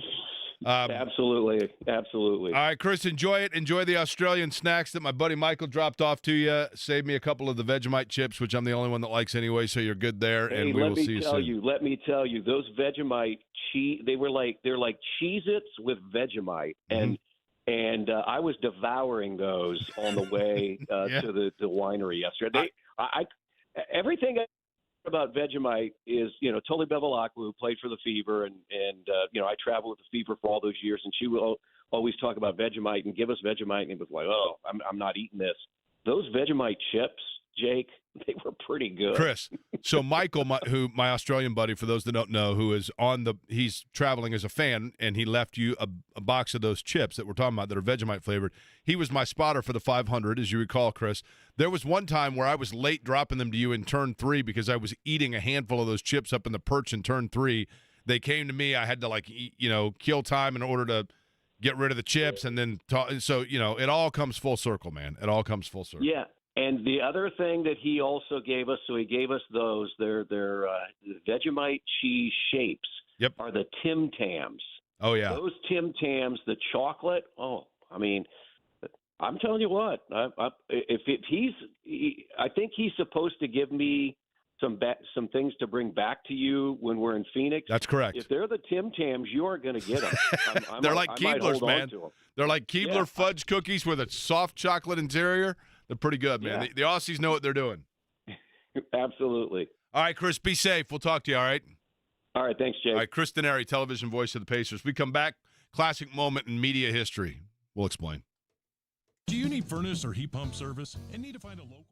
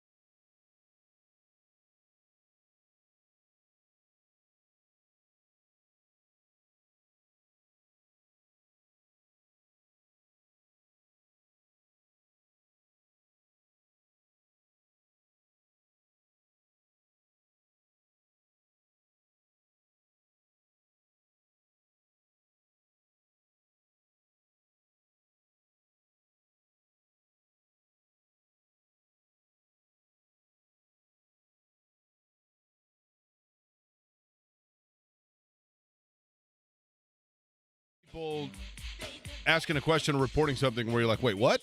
Like, for example, you just heard Kevin mention the Toronto side of the Pascal-Siakam trade. A guy in Toronto yesterday said that he thought that Daniel Tice could be on his way to Toronto via Indiana. They got rid of him like 5 weeks ago. I had mentioned at one point what happens when you try to drop news people in to cover a sports story. I don't know if this is a news reporter, but it's fabulous. Todd Bowles, the head coach of the Tampa Bay Buccaneers, fielding questions yesterday about the Bucs getting ready to go to Detroit to take on the Lions when this gem was dropped. It's 13 in Detroit, which doesn't compare to some of the temperatures we tend to drop to. Any special plans to acclimate the team to not only endure but perform in those kind of frigid temperatures should you face them in Detroit? You do know we play indoors, right? And they got a dome. I don't. No, nothing planned. We're indoors, and we only have to be outside for 20 seconds, getting off the bus, going under the thing, so we'll be okay. Hey, the Lions have been an indoor team for like 75 years. Jimmy, your thoughts? I mean, top comment on Twitter. Follow-up question could have been asked. Sunday, you'll be facing lions. These are notoriously dangerous beasts weighing up to 450 pounds. How are you preparing for this tilt? No raw meat, please. We're taking on the Lions. Jordan Cornette joins us next. He had some pointed words about Indiana at halftime last night. We'll get that and more. The Ride with JMV.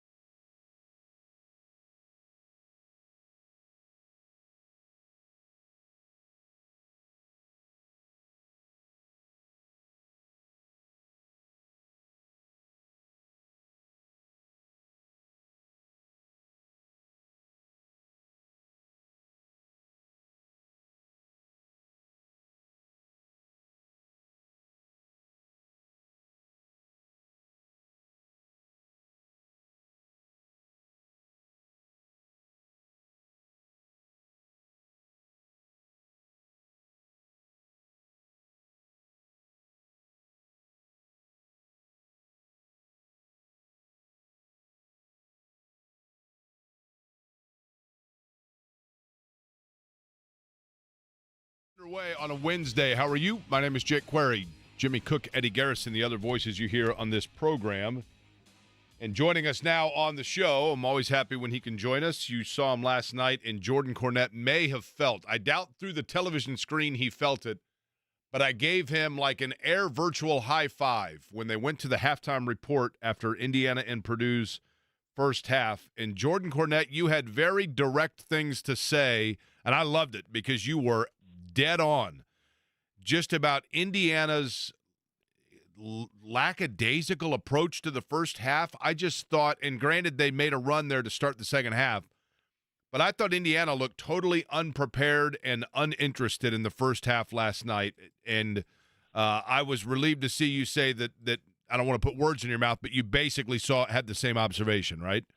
Yeah, Jake, it's good to be on with you, Jimmy, and the boys. I watch these games, and just because I have the luxury and the luck to be able to sit up there at a desk and be on a national broadcast, I'm a fan like everybody else. And when I'm watching, I see it the same way the majority of people watching see it, and it was a flat performance. And it was a group that I felt like maybe history was lost upon these Hoosiers.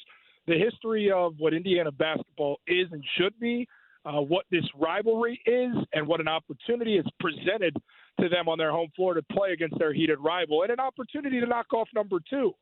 And for them to be that flat going into the break, look, I'm never going to support fans booing inside the building. You're all in this together when you're there, and you're the fan base. But frustration, that is to be expected when you look like that in that first half. And I just, in watching, there's a frustration for me who's neutral in the approach when watching, just like, I can't believe Indiana's coming out like this. Now, I will also add, having Ware and Mbako get in that early foul trouble, I thought Coach Woodson made a questionable decision to decide to sit them as long as he did, lacking the firepower and resistance on that team in depth to say, I'm going to sit these guys for 10 minutes of regulation. It felt like the game was lost during that time. But the other guys that were on the floor, you got to compete at a higher level. I'm watching Zach Edey at 7'4" dive on the floor for loose balls. At 7'4", that's a long way down. That's the type of energy I want in a game like that. I thought the most encapsulating moment of the game, Jordan, was exactly that. You've got Zach Edey, the National Player of the Year, that's having a dominant performance, and there's a loose ball, and he's going down for it. And Khalil Ware, who is at his second stop because the coach at his first stop, I think, had issue with his energy at all times, is kind of standing there watching him do it. And I thought that right there, like if you wanted to go and get Ansel Adams to take a photograph that encapsulates Indiana-Purdue, that was it right there in a moment. And I think that's where I'm never going to question the ability of kids from 18 to 22 years old. You know, I wasn't an All-American, so I'm not going to sit up there from some ivory tower and throw stones. That would be inaccurate. That would be disingenuous. But the one thing I did every time I stepped on the floor was played with a great deal of effort because I understood the opportunity presented to me to represent the program I played for, which was Notre Dame. And I took great pride in that.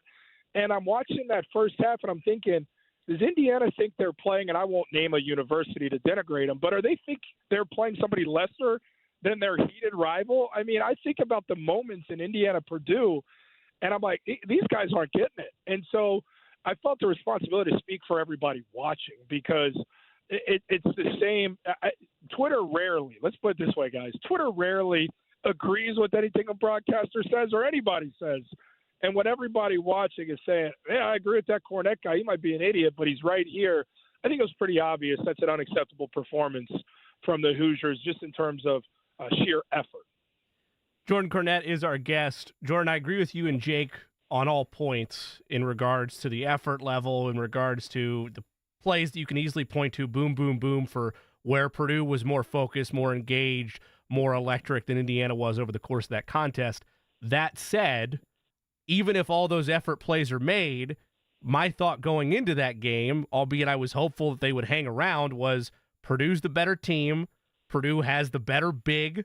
Purdue has not even a conversation of them having better guards, and they're more a cohesive unit. Now, this isn't necessarily a path I'm trying to take us on for an indictment against IU or an indictment against Mike Woodson, but they are clearly a flawed team, especially when it comes to the modern elements of the game of having high-level guards, of being able to not be like efficient on like 4 of 10 from 3, but like a 12 from 16. That's just not the way they play. It's not the way they're built in terms of this iteration of them.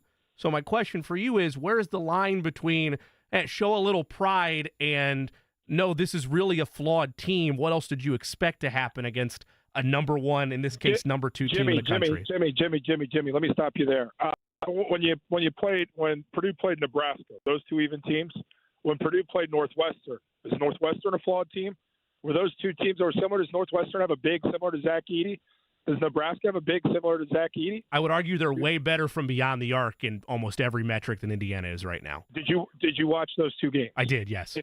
If you watched those 2 games, it was clear to you that Northwestern defensively brought a level of effort. Yes, I would agree with that.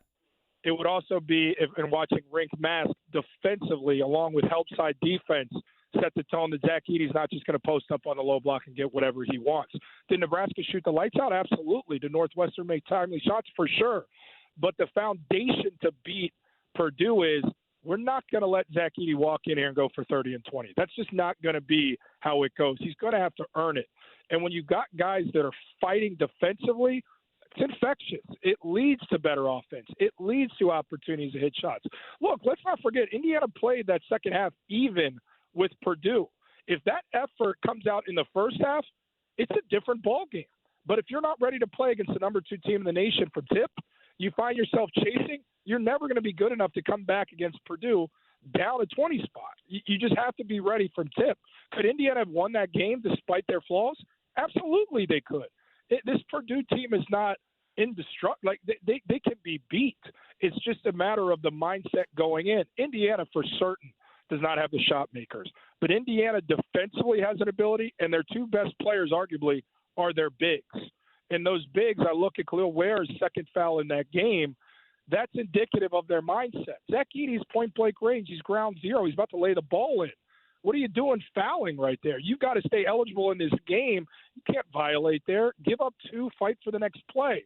But you're not locked in to understand what it's going to take to beat them, and that's where you lost the game, the first 20 minutes. Jordan, I thought a pivotal moment of the game, Jordan Cornette is our guest. I thought a pivotal moment was, and I thought it was a stroke of brilliance, when Matt Painter, Trey Galloway, we talked to Rob Blackman earlier about this, but Trey Galloway started to kind of get going. The crowd gets into it. And then Painter goes and pulls Ethan Morton out and says, go in there. And I thought he really, at that point, kind of took the ball out of Galloway's hands, and that restalled Indiana's offense to the point where Purdue was able to push it back again. But that comes with, and I want you to elaborate on this, kind of that mentality. It's not every program out there, Jordan, that can pull a guy that's been a starter and been a good player for a program that then is only getting 13 minutes in a game and finds a way to contribute and alter the game without scoring the basketball. To me, that speaks to what Matt Painter has instilled in West Lafayette, but I wanted you to elaborate on whether you agree or disagree. Well, 2 things there I want to touch on, Jake, is, for one, I love Trey Galloway's game. I know he hasn't been the most efficient this year. I know maybe he hasn't taken the step as a leader production-wise and efficiency-wise people would like, but that young man competes on every possession. And I enjoy watching Trey Galloway. I know they wish he shot a more efficient clip from 3. He was productive in this game last night, and he always brought the fight. He wasn't efficient with his shot making, but he was out there competing. As for Purdue, I think anybody that really knows the game, and I know I'm talking to guys here that do, Matt Painter's always had the proper culture in that place. They've always been relevant. They've always been a team that is going to be a tough out, and they've grown incrementally over his, 17 years now, I think, with Matt Painter there, which is, it's crazy. It might even be more if I'm wrong on the number there. But what Painter's always had is a fortified locker room, guys that play for each other, a connected group. And when you're winning, you would hope you've got guys that understand, hey, let me master my role, because it's not like we're on a 10-game losing streak. It's not like we're playing for the NIT. We've got a special thing here, and those guys in that locker room understand that. And I think it showed in that second half when you did see for a moment in time that fight from Indiana, because there was a fight coming out in the second half. But this was a Purdue team that collectively said, we're going to keep them underwater. We're going to take that punch, and we're going to respond with a counter punch. And that's a group that's cut from potential championship ilk. That is a team that's playing for a Big Ten championship position to do that. and also in position to go out there and go deep into March and ideally win a national championship. I saw a lot on a floor that has not been kind to Purdue in the second half, or in kind of Purdue since Woodson's arrived. And I watched them play great basketball in that second half. So you do have to tip your cap to this Purdue team and the counter punches that we saw time and time again. Jordan, I'm going to make you feel old, man. 19th year as the head coach of the Boilermakers. Can you believe that? Can you believe that? That's amazing, actually. 19th year. It's crazy. I mean, he's one of the best coaches in college basketball. And I do want to be clear here. I'm not poo-pooing on Indiana. Woodson has forgotten more basketball than a lot of people could ever know. And I don't want to look like I'm coming down on him because that's not my position. That's not what I do for a living. I think this was more on just the effort from his guys. And I think I'm sure, and I didn't see any of the post-game sound from Coach Woodson, I'm sure he was upset with how his guys came out in that game. And I'm sure he felt a little bit better with how they came out and fought in that second half. And then they were just overwhelmed, to Jimmy's point. The better team at that point with how the game had played out, all the effort you exert to just come back into it, it's simply too much. And Purdue has depth. They've had more talent. And at that point, you have to come out there and almost play a perfect game for certain against Purdue. And Indiana spotted him the first 20. Jordan, you know, you are a guy that played college basketball at a big program. Obviously, your brother played college basketball. Let me give you an Indiana basketball fan perspective, and then I want you to tell me from a player's perspective if it's a valid concern for Indiana fans or if it's like old guy yelling at clouds, okay? And that is, I think that we, and I do this a lot myself, Jordan, I think that we have the ability from the couch. Sometimes we get envious because we see players and we think, if I was given that opportunity, here's what I would do with it, or here's how I would play the game. And we try to put ourselves in that position, and we become envious and we become judgmental and et cetera. And I think there are a lot of people, fans, that have such a passion for Indiana basketball that they automatically assume that means a 19-year-old kid is super passionate about Bob Knight and the 5 titles and Branch McCracken. And in reality, those players are looking at Indiana as a means and a platform to get themselves to where they want to be as basketball players in terms of the next level. And that irks people. Now, is that too judgmental to say, or is there something to be said for players that don't truly understand the quote-unquote history of Indiana and therefore their efforts are lacking in critical moments? It's a great question, Jake. It's a dynamic one. And in certain programs, I think part of the recruiting process is recruiting guys and educating them on where they're coming. With Notre Dame basketball, I love where I played, but I don't think that's a huge part of Notre Dame is understanding, you know, all the long lineage of what's been achieved here. And Digger Phelps did a lot of great things there. And we do have Austin Carr. We do have Adrian Daly. We do have great players. Indiana's different. And I look at the Indianas, I look at the Dukes, I look at the Carolinas, I look at the Michigan States, and you can run through the Blue Bloods. I look at UCLA, and I do think those coaches are tasked with something different. They're tasked with recruiting guys that understand what Indiana basketball is. And look, times change. The sport has certainly changed with transfer portal and NIL and stuff, but culture and what wins in certain places is timeless. And understanding if you're going to go play for Tom Izzo in Michigan State, you're going to play with the level of physicality. If you go play at Duke, you understand what comes with it, both on the court and off the court, with how you've got to represent yourself as a Duke guy. And you're playing there to represent that long lineage that goes on to become pros and the expectations with it. Those expectations are different at certain places.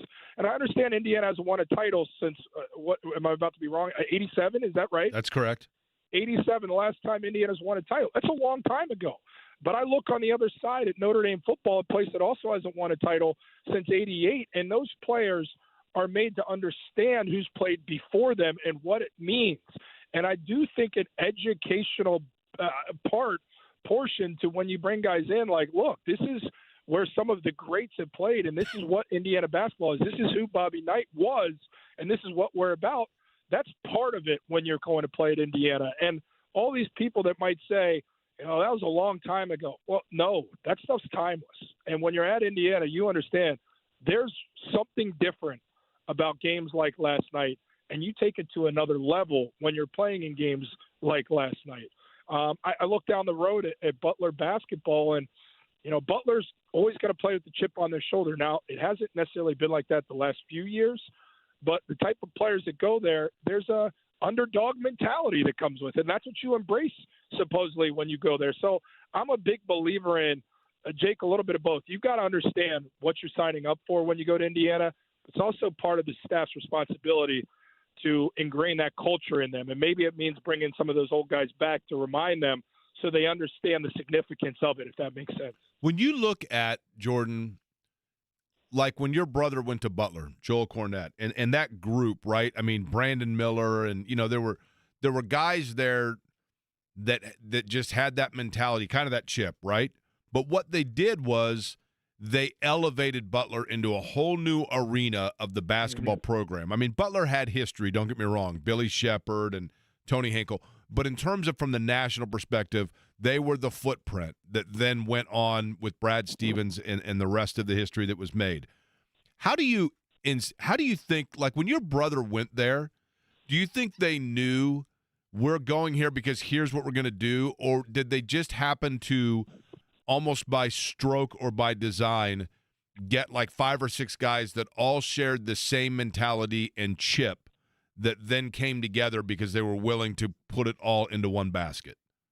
They brought special guys in. Those guys were special. Archie's, my brother, Brandon Miller. They got lightning in a bottle. Now there was a foundation there. LaVall Jordan, Ryland Hanji, Thomas Jackson. Like, those guys had set a tone that this is a pretty good team. But then they brought in you guys that wanted to put on the war paint and go out there and get after it. Like, my brother came into Butler having had booze at Cincinnati St. Xavier, our high school, when he's at the free throw line in the state tournament, talking about where is Butler. That stuck with my brother to a degree that he was incensed. So when he arrived, he was determined from day one, people are going to know who Butler is.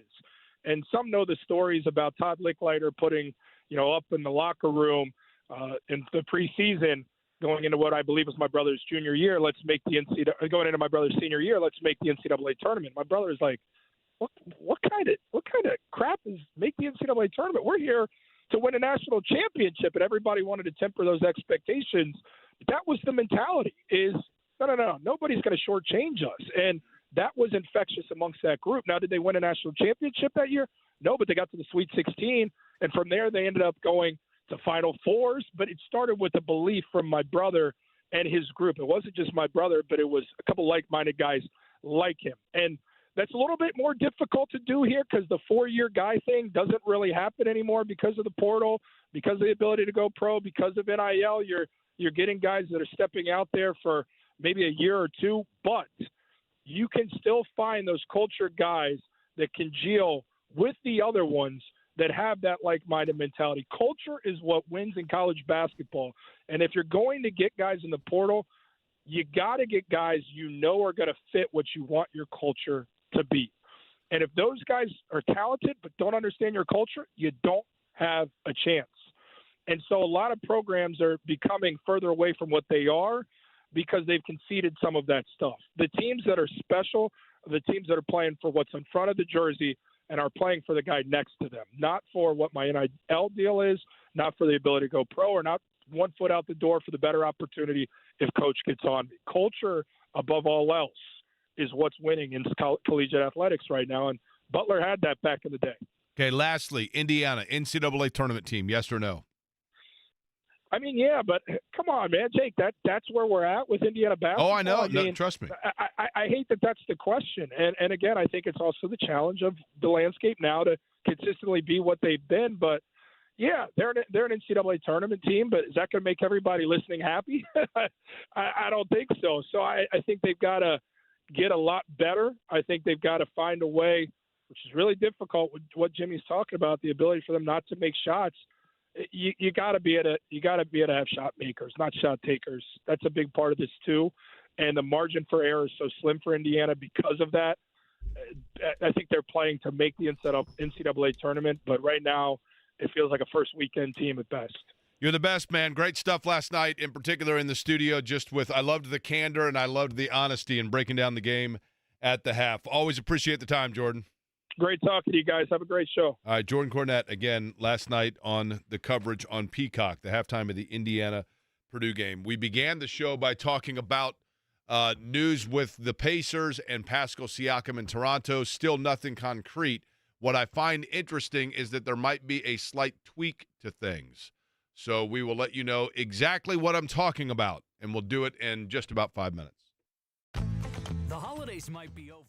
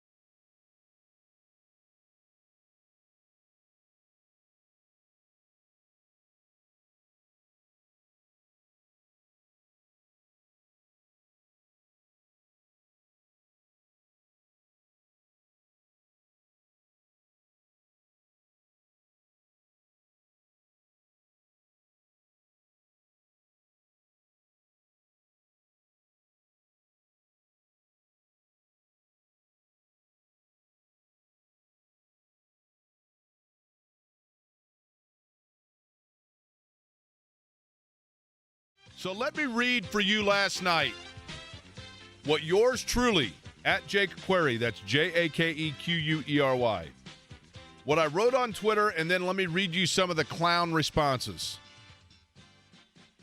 And yeah, I'll be that guy. I'm not normally that guy. I'm going to be that guy, right? Last night I sent the following tweet. I'm fine with flipping Bruce Brown and picks for Siakam. But Jalen Smith, Isaiah Jackson, and maybe even Buddy Hield would be off limits to me in terms of salary matches. So let me read you some of the replies. This from Don G. So basically, you want him for free. Good one. This from Peter Yiannopoulos, who is an NBA writer in Toronto. Raptors got Barrett and quickly for OG, but no way Indiana sends Jalen Smith, Isaiah Jackson, or Buddy Hield for an NBA All-Star like Siakam. You are high comedy. This from Realistic Raptors fan. None of these dudes will be half of what Siakam already is. Most likely, Jarris Walker will never reach All-NBA level. Same with Ben Mathurin. Stop hyping up your mid-roster. Pascal's elite, and you'll find out soon enough. Right about that part. Now, Eddie Garrison, if you could, please. Play it for us. Jimmy Cook, read what's out there. This from Adrian Wojnarowski about 5 minutes ago. Breaking, the Indiana Pacers are finalizing a trade to acquire all-star forward Pascal Siakam in a deal that will send Bruce Brown, Jordan Nwora, and 3 first-round picks to Toronto Raptors. New Orleans will be a third team in the deal, sending Kyra Lewis to the Raptors. Woj updated that tweet. Indiana is sending 2 2024 first-rounders and a 2026 first, along with Bruce Brown and Jordan Nwora. So wait a minute. New Orleans will also send a second-round pick So to Indiana. Jordan Nwora was the salary match. So what you're telling me is Indiana clearly said they'd be willing to flip Bruce Brown and picks. But in terms of the salary match, Jalen Smith, Isaiah Jackson, and Buddy Hield, they did not want to part with, right? It would appear Jake Stradamus strikes again. Gee, what do you know? Might be that Jake knew what the hell he was talking about. So all these clowns in Toronto, where are you? I told you. That's what it comes down to. Right? You did. Thank you, Matt Linville. Look, Jake Query already knew. Thank you. I don't have the we're supposed to have a track built in here so you take your victory lap, but we didn't have the opportunity with the funds and the budget from the company to get that. The carpet of that was worn out from the last guy. Exactly. Right? Yes. Did you get a hold of Evan? Okay, so Evan Sidri, I always forget if it's Sidri or Sidri. I like to say Sidri so that I'm correct both ways. Is that cool? I don't mean to be disrespectful. Oh, no worries. No worries at all, Sidri. Okay, so listen, Evan, to me, and I don't know if it's coincidence. I really don't. But, and I caught a ton of heat for this because I was saying that if I'm Indiana, I do not part with, and I know that Jalen Smith, they've got to re-sign long-term. I get it. Buddy Hield is an important locker room guy for them. I get it. And Isaiah Jackson, I think, somebody was like, dude, you're holding on to your number 3 center. Isaiah Jackson becomes, he's an important player because he's young, right? And I think that he's part of their future mix. The real question in all of this, I guess, 2-part question, Evan. The first is, do you think Indiana held out a little bit to protect not getting rid of those guys? And secondly, is Siakam coming here as a rental, or are they going to lock him in because his contract's up at the end of the year? So to answer your second part there real quick, Jake, Adrian Wojnarowski just put this out about 10 seconds ago that Pascal Siakam is very excited about coming to Indiana, and it's very, very likely there's an under-the-table handshake agreement between both those sides long-term. So it seems like Pascal Siakam, for the price they paid, essentially being for 4 or 5 years, Jake, I think it's a home run what they just did. Okay, now, secondly, do you think that Indiana played hardball in terms of any of the auxiliary pieces that were sent? I think a little bit. I think you can kind of play the game because Toronto has little to no leverage here. You have Pascal Siakam, who's on an expiring contract, who's let it be known behind the scenes that he did not want to extend or re-sign. He wanted to pick his own team, so to say, to potentially go to. And luckily for the Pacers, that was them. But I think them not being able to give up any of those guys like Buddy Hield, Jalen Smith, Isaiah Jackson, Obi Toppin. You now have an interesting, I think, in my opinion, Jake, a logjam there at the 4 spot. And I do wonder now, even more so than keeping those guys out of a deal, are the Pacers done yet? And now with this kind of move, with a little bit of assets they gave up in this, you still have Obi Toppin and Jalen Smith and some other guys. I would not be shocked at all, Jake, to make another move here soon. I think just the way the front court is imbalanced right now with all these guys, I would not be shocked at all if they made another move here before the deadline, just with the way it's going. So I think it's a home run for them, the value they get up there. And I think not being able to get one of those young big guys or even Obi Toppin on that too, fantastic value. And for a team like Indiana to only get draft picks here and an expiring salary, I think right off the bat, that's an A+ grade for me. Evan Sidery is our guest, covers the NBA at large. Evan, you mentioned the thought of maybe a handshake or a hush-hush agreement or something of a, hey, don't worry, we're going to get an extension done. I know you mentioned there's been subsequent tweets about where things would stand.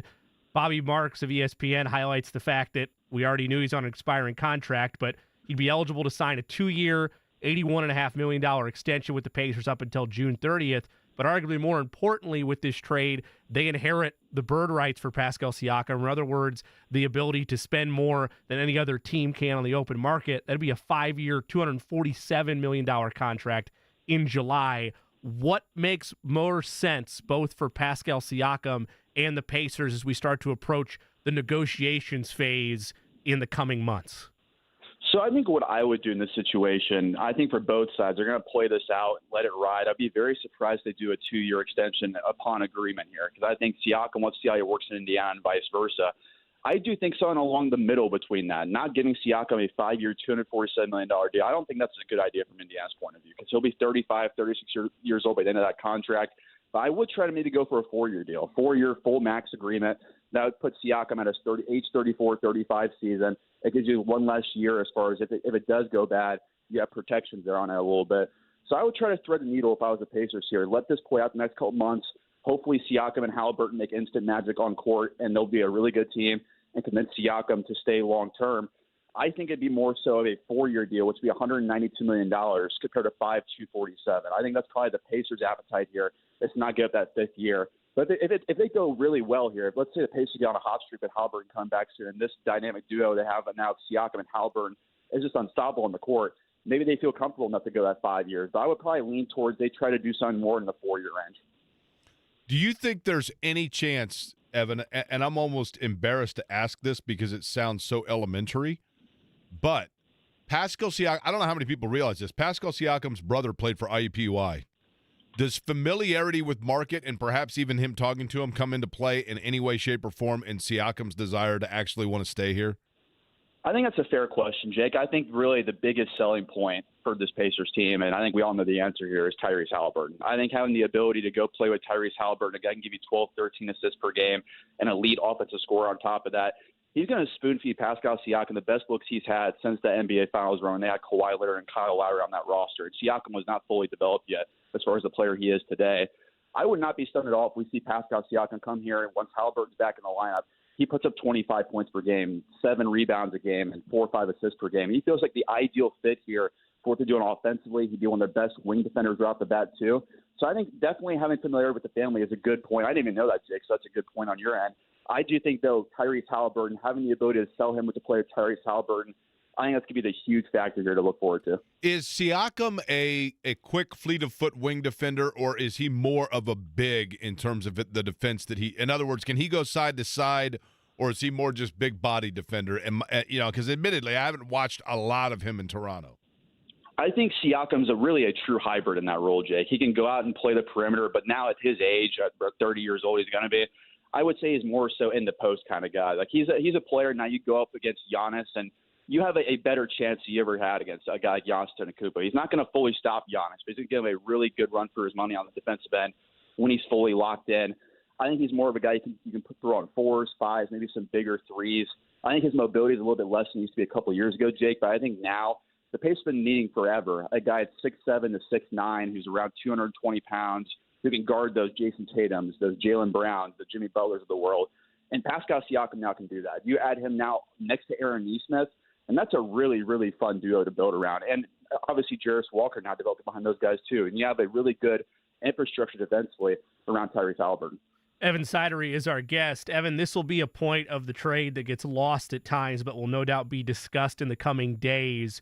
The Pacers were very quick when free agency opened Bruce Brown was their guy. They wanted to acquire him. They felt like he could be a potential piece, not just in the short term, but maybe in the long term. We know there's a team option that was attached to that deal, so it ultimately would have been up to the Pacers. When you look at the brief stint with Bruce Brown, what's the overall consensus of that signing and why maybe it made the most sense to move on from him outside of just the salary components, or was it just strictly monetary in your mind? I kind of feels more on the latter there, Jimmy, that it kind of from the very beginning, it felt like a big overpay for Bruce Brown and more fell in the range of $15-16 million a year. But the Pacers had to hit their salary floor this year. They gave it all to Bruce Brown and essentially a one-year deal with that team option on the end of it. And kind of this whole season, I've been expecting one of Buddy Hield or Bruce Brown to be moved in a trade to get the Pacers a win-now piece like a Pascal Siakam. With it being Bruce Brown, they have to send out less money than they would have before because Hield's only at $19 million, Bruce Brown's at $22. So that helped him out in this deal, in my opinion, there. But I think Bruce Brown overall, his tenure in Indiana, I would say was a solid B. He gave him a good veteran leadership, some solid offense. The defense is pretty inconsistent just based off what we saw so far, but maybe in a better, more winning environment with guys, more defense-first guys around. He'll probably look more like he did with the Denver Nuggets on a different situation. But for what he did over the few months he was in Indiana, a good veteran voice, a solid playmaker, solid scorer, I'd say it was a solid B for Brown's couple-month tenure here. Evan Sider is our guest. We're talking about the fact that Pascal Siakam, it appears as though, is on his way to Indiana. And I want to go back to this, Evan, because you touched on some of the numbers in terms of what it would cost to get Siakam to sign here beyond this year, which one would assume that Kevin Pritchard and Chad Buchanan are thinking that because you don't want to give up a lot for what would be a rental. So if, in fact, he does sign beyond this season, you have Halliburton already on a big deal. I know you mentioned it off the top, but I want to revisit it.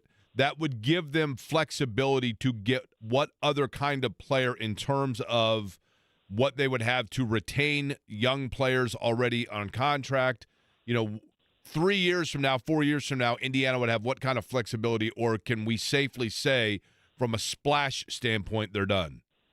I would say as far as potential splashes go, this is probably their core. I would imagine their big three, quote-unquote, is set in for at least the next couple of years of Tyrese Halliburton, Pascal Siakam, and Miles Turner. If all goes well, Siakam will be here past this season.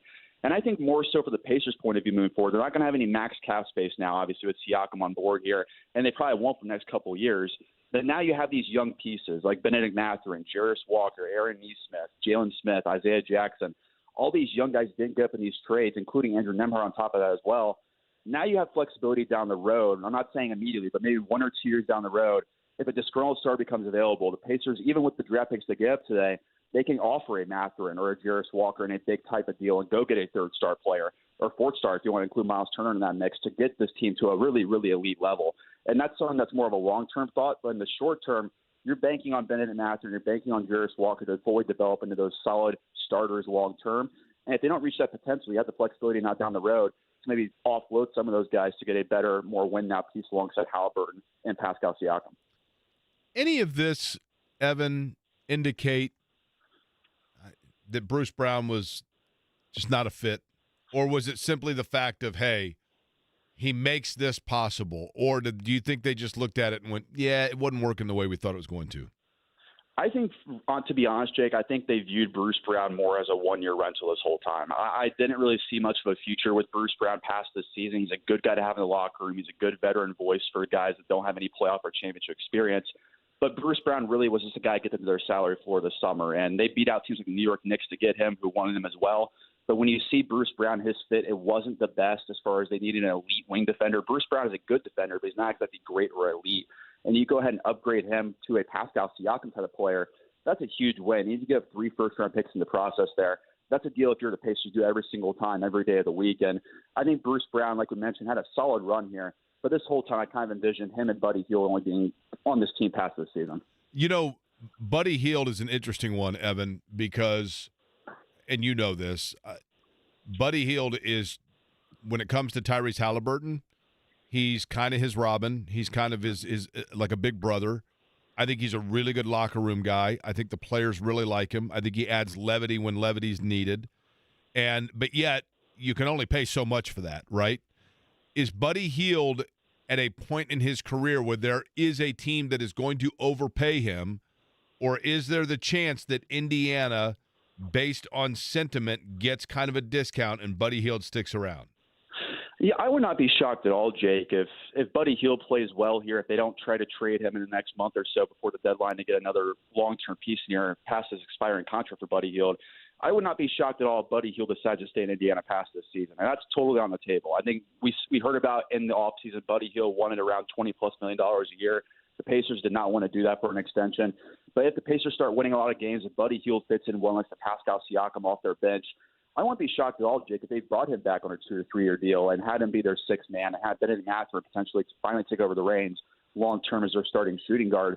But if Buddy Hield buys in, he signs in on, let's say, a $12 to $15 million a year contract after this season, the Pacers still would not be in the luxury tax. They'd own his bird rights. They'd own Siakam's bird rights. So they could play around over the cap, so to say, with their salary cap.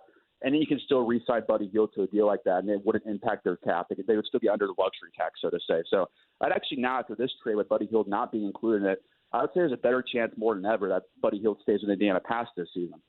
Evan Sidery of Forbes covers the NBA for them and joins us with the reports the Pacers are acquiring Pascal Siakam from the Toronto Raptors. Evan, when the season started, the thought on the Pacers was they're a very high, efficient scoring team, but the defense is lackluster. It's got to improve. Over the last 3 or 4 weeks, give or take, you've seen a shift with kind of play style from them where it's not all about points. They've been able to find a nice blend of better defense than they were, which, let's be honest, they were towards the bottom of the league at that point, to more middle to lower end while not sacrificing too much offensively. Jake already asked you on the defensive side from Siakam. From an offensive standpoint, when everybody's fully healthy, back and ready to roll for the Pacers, where does it place them in terms of what they want to do offensively at a high level? I think offensively, Jimmy, you're looking at a team like we saw in the first month or two of the season where they could really hop back to historic levels of offensive efficiency. It's dipped a little bit, obviously, since Halliburton's been out, but you add a guy in Pascal Siakam who is a ideal fit next to especially Tyrese Halliburton, but also Miles Turner. Miles Turner is an ideal stretch by the play of Pascal Siakam. He's going to open up the floor even more for Siakam in driving lanes or catch and shoot situations. You add another piece that can shoot like Buddy Hield in the equation as well. Pascal Siakam is going to have the most room to operate offensively he's seen potentially in his whole career. And that's going to open up so much for guys like Tyrese Halliburton, Miles Turner, everyone else in that rotation as well. I think Siakam, he might put up career best numbers pretty quickly in Indiana. I think that's an ideal fit offensively. You're talking about already a top 5 offense, Jimmy. I think with Siakam on board now, if all clicks like we expect it to, I think they could be easily the number 1, number 2 offense in the NBA in short order. You know, it's interesting because it makes one of 2 guys now probably Evan expendable moving forward, and that would be Obi Toppin and or Jalen Smith. Smith is obviously on an expiring deal. Is he a guy that could get kind of overpaid in the open market, or is there the chance Indiana opts to go that route, re-signs him, and Tobin then becomes expendable? Yeah, I think Excuse that now me, the Toppin. flexibility. Yeah, they have the optionality, Jake, of really deciding on those guys. And if they want to, they could, like I mentioned earlier, move one of those guys for a veteran piece that maybe has a longer-term deal. Because I have a hard time now seeing, with none of those front court pieces being moved in this deal, how Obi Toppin's going to get consistent minutes, how Isaiah Jackson and or Jalen Smith's going to get consistent minutes. It could be one of those guys or the other. I would not be stunned at all if we see like potentially them shopping Toppin and one of Isaiah Jackson or Jalen Smith to get a more veteran wing presence in here, to have more scoring or potentially more defense off their bench. Because it feels like, to me at least, both those guys might not be on this roster past this season. The way Jalen Smith especially has been playing, Jake, he's putting up career best numbers. I have a very hard time seeing accepting that player option of $5.5 million. He potentially doubled out in the open market this summer. So I would be surprised if either of those guys are back this year. And that, to me, opens up the floodgates a little bit for what they could do in the trade market. Forbes Sports is where you can read Evan's work, and, of course, on X, Twitter, whatever you want to call it these days, ESIDERY, at eSidery. Evan Sidery joining us on short notice. Much appreciated, Evan. We'll let you get back to work on this, but appreciate being on retainer immediately for us and jumping on. Absolutely. Anytime, guys. Really appreciate it. All right, Evan Sidery. Now, in terms of the Pascal Siakam move to Indianapolis and the question as to what it means for Siakam's long term, his agent has spoken. And we'll tell you what he said next. Let Bill Estes put you behind the wheel of the power.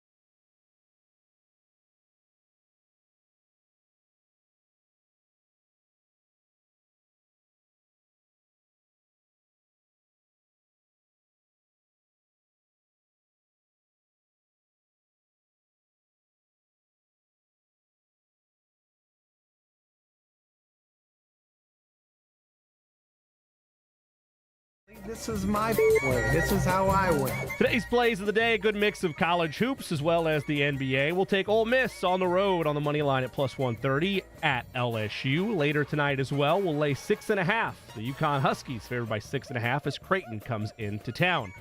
Lastly, in the NBA, we'll take the Milwaukee Bucks to win the money line over the Cleveland Cavaliers. Eddie, do you have anything today? No, I do not. No bets today. Those Sorry, are your plays of the day. kind of busy. It's all right. So have I. I just made some time. Reporting a quote to Andscape, which is I believe, basketball.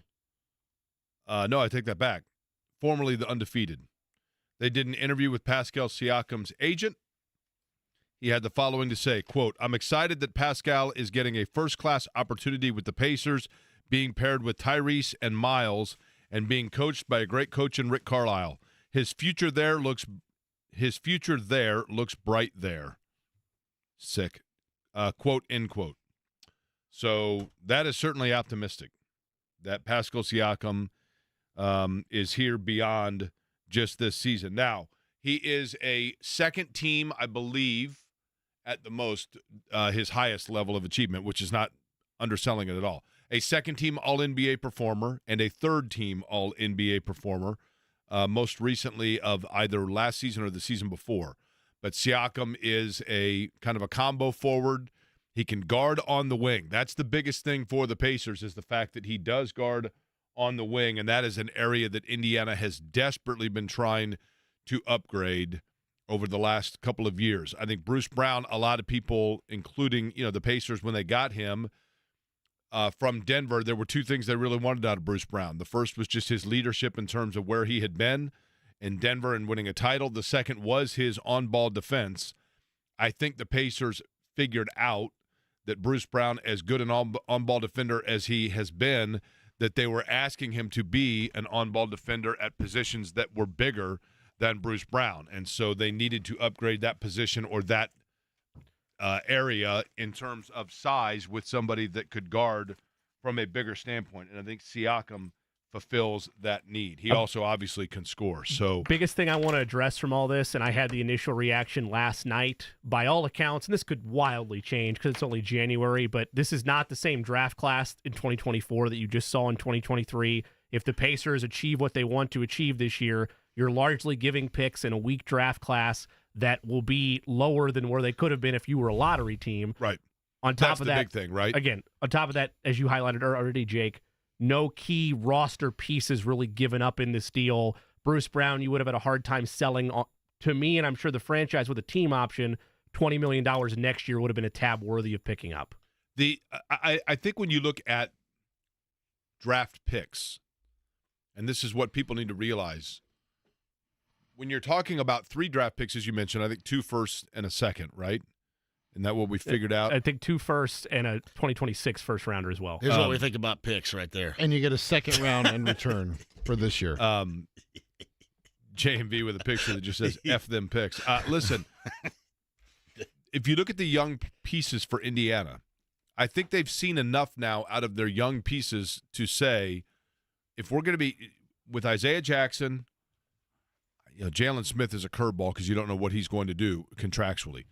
But Isaiah Jackson, certainly Benedict Mathurin if he's here, Ben Shepherd, Jarris Walker, they have young players that are, when I say young, I'm talking under 22 and under. Sure. Those players you have seen enough out of them to know that you can run with them as opposed to 3 guys that you're going to be drafting that are 22 years old in a year or 2. So those are your draft picks right there. With how many expiring deals as well, as you highlighted, they still have on the roster, and Evan brought this up too, they might not be done. Like, there's still decisions to be made of who are you extending and who are you maybe risking letting walk. I think this is probably the biggest fish trade that they'll have, but that does not mean there might not still be movement between now and the deadline, especially with players like a Buddy Hield that are up for renegotiation this coming off season. JMV has walked in. John, obviously a loaded Wednesday in terms of news today, right? So listen, this deal sounds great to me because I didn't want Mathurin anywhere near it. I didn't want Walker anywhere near it. Am I a little bit skeptical? I guess you could be skeptical about age and, talk about timelines and all that crap, but I'm ready for this team, any team around here to win. Purdue, Indiana State, the Pacers start winning. So I am happy with that. I was skeptical about whether or not they were going to get it done. But as far as winning right now, there's not a damn thing wrong with it. And I think Jimmy brought that up. You look at that deal, it's not like there was any major parts that you lost. And you'll move forward, especially if you can re-sign him. I mean, if his agent is excited about it. I know Wojnarowski mentioned that, this is a guy that would like to maybe re-sign here now. That is great to me. I love it. So start the winning. Start the winning right now. Will he play tomorrow night? The couple reports said it was unlikely that he'll play tomorrow night. Oh, come on now. Let's get that thing going in Sacramento. Come on now. Jake, you asked about the picks. JMV, I know you love them, I but love picks. One of our favorites, Tony East, says that what he's told, the picks are a 2024 Indiana first that is protected 1 through 3. Again, not that matters where the Pacers are right now. A 2024 OKC first that has some contingencies on it based on where that pick is.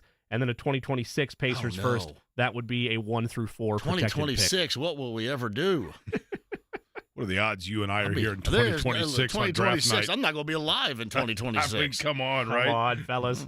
2026, I'm going to be calling you, and we're going to be getting together to watch Andy Griffith with applesauce in the dining hall. My right? clock's ticking right Live here, show man. from Rosegate for you two? Good. All right, let's go. That's ticking here. That's right. All right, the clock's ticking, saying it's time to sign it off and hand it off to you, John. So you'll be up next. Carry us home. Have a good show, all right? JV up next. Thanks for listening, everybody. We're back with you noon tomorrow. The Wake Up Call with KB.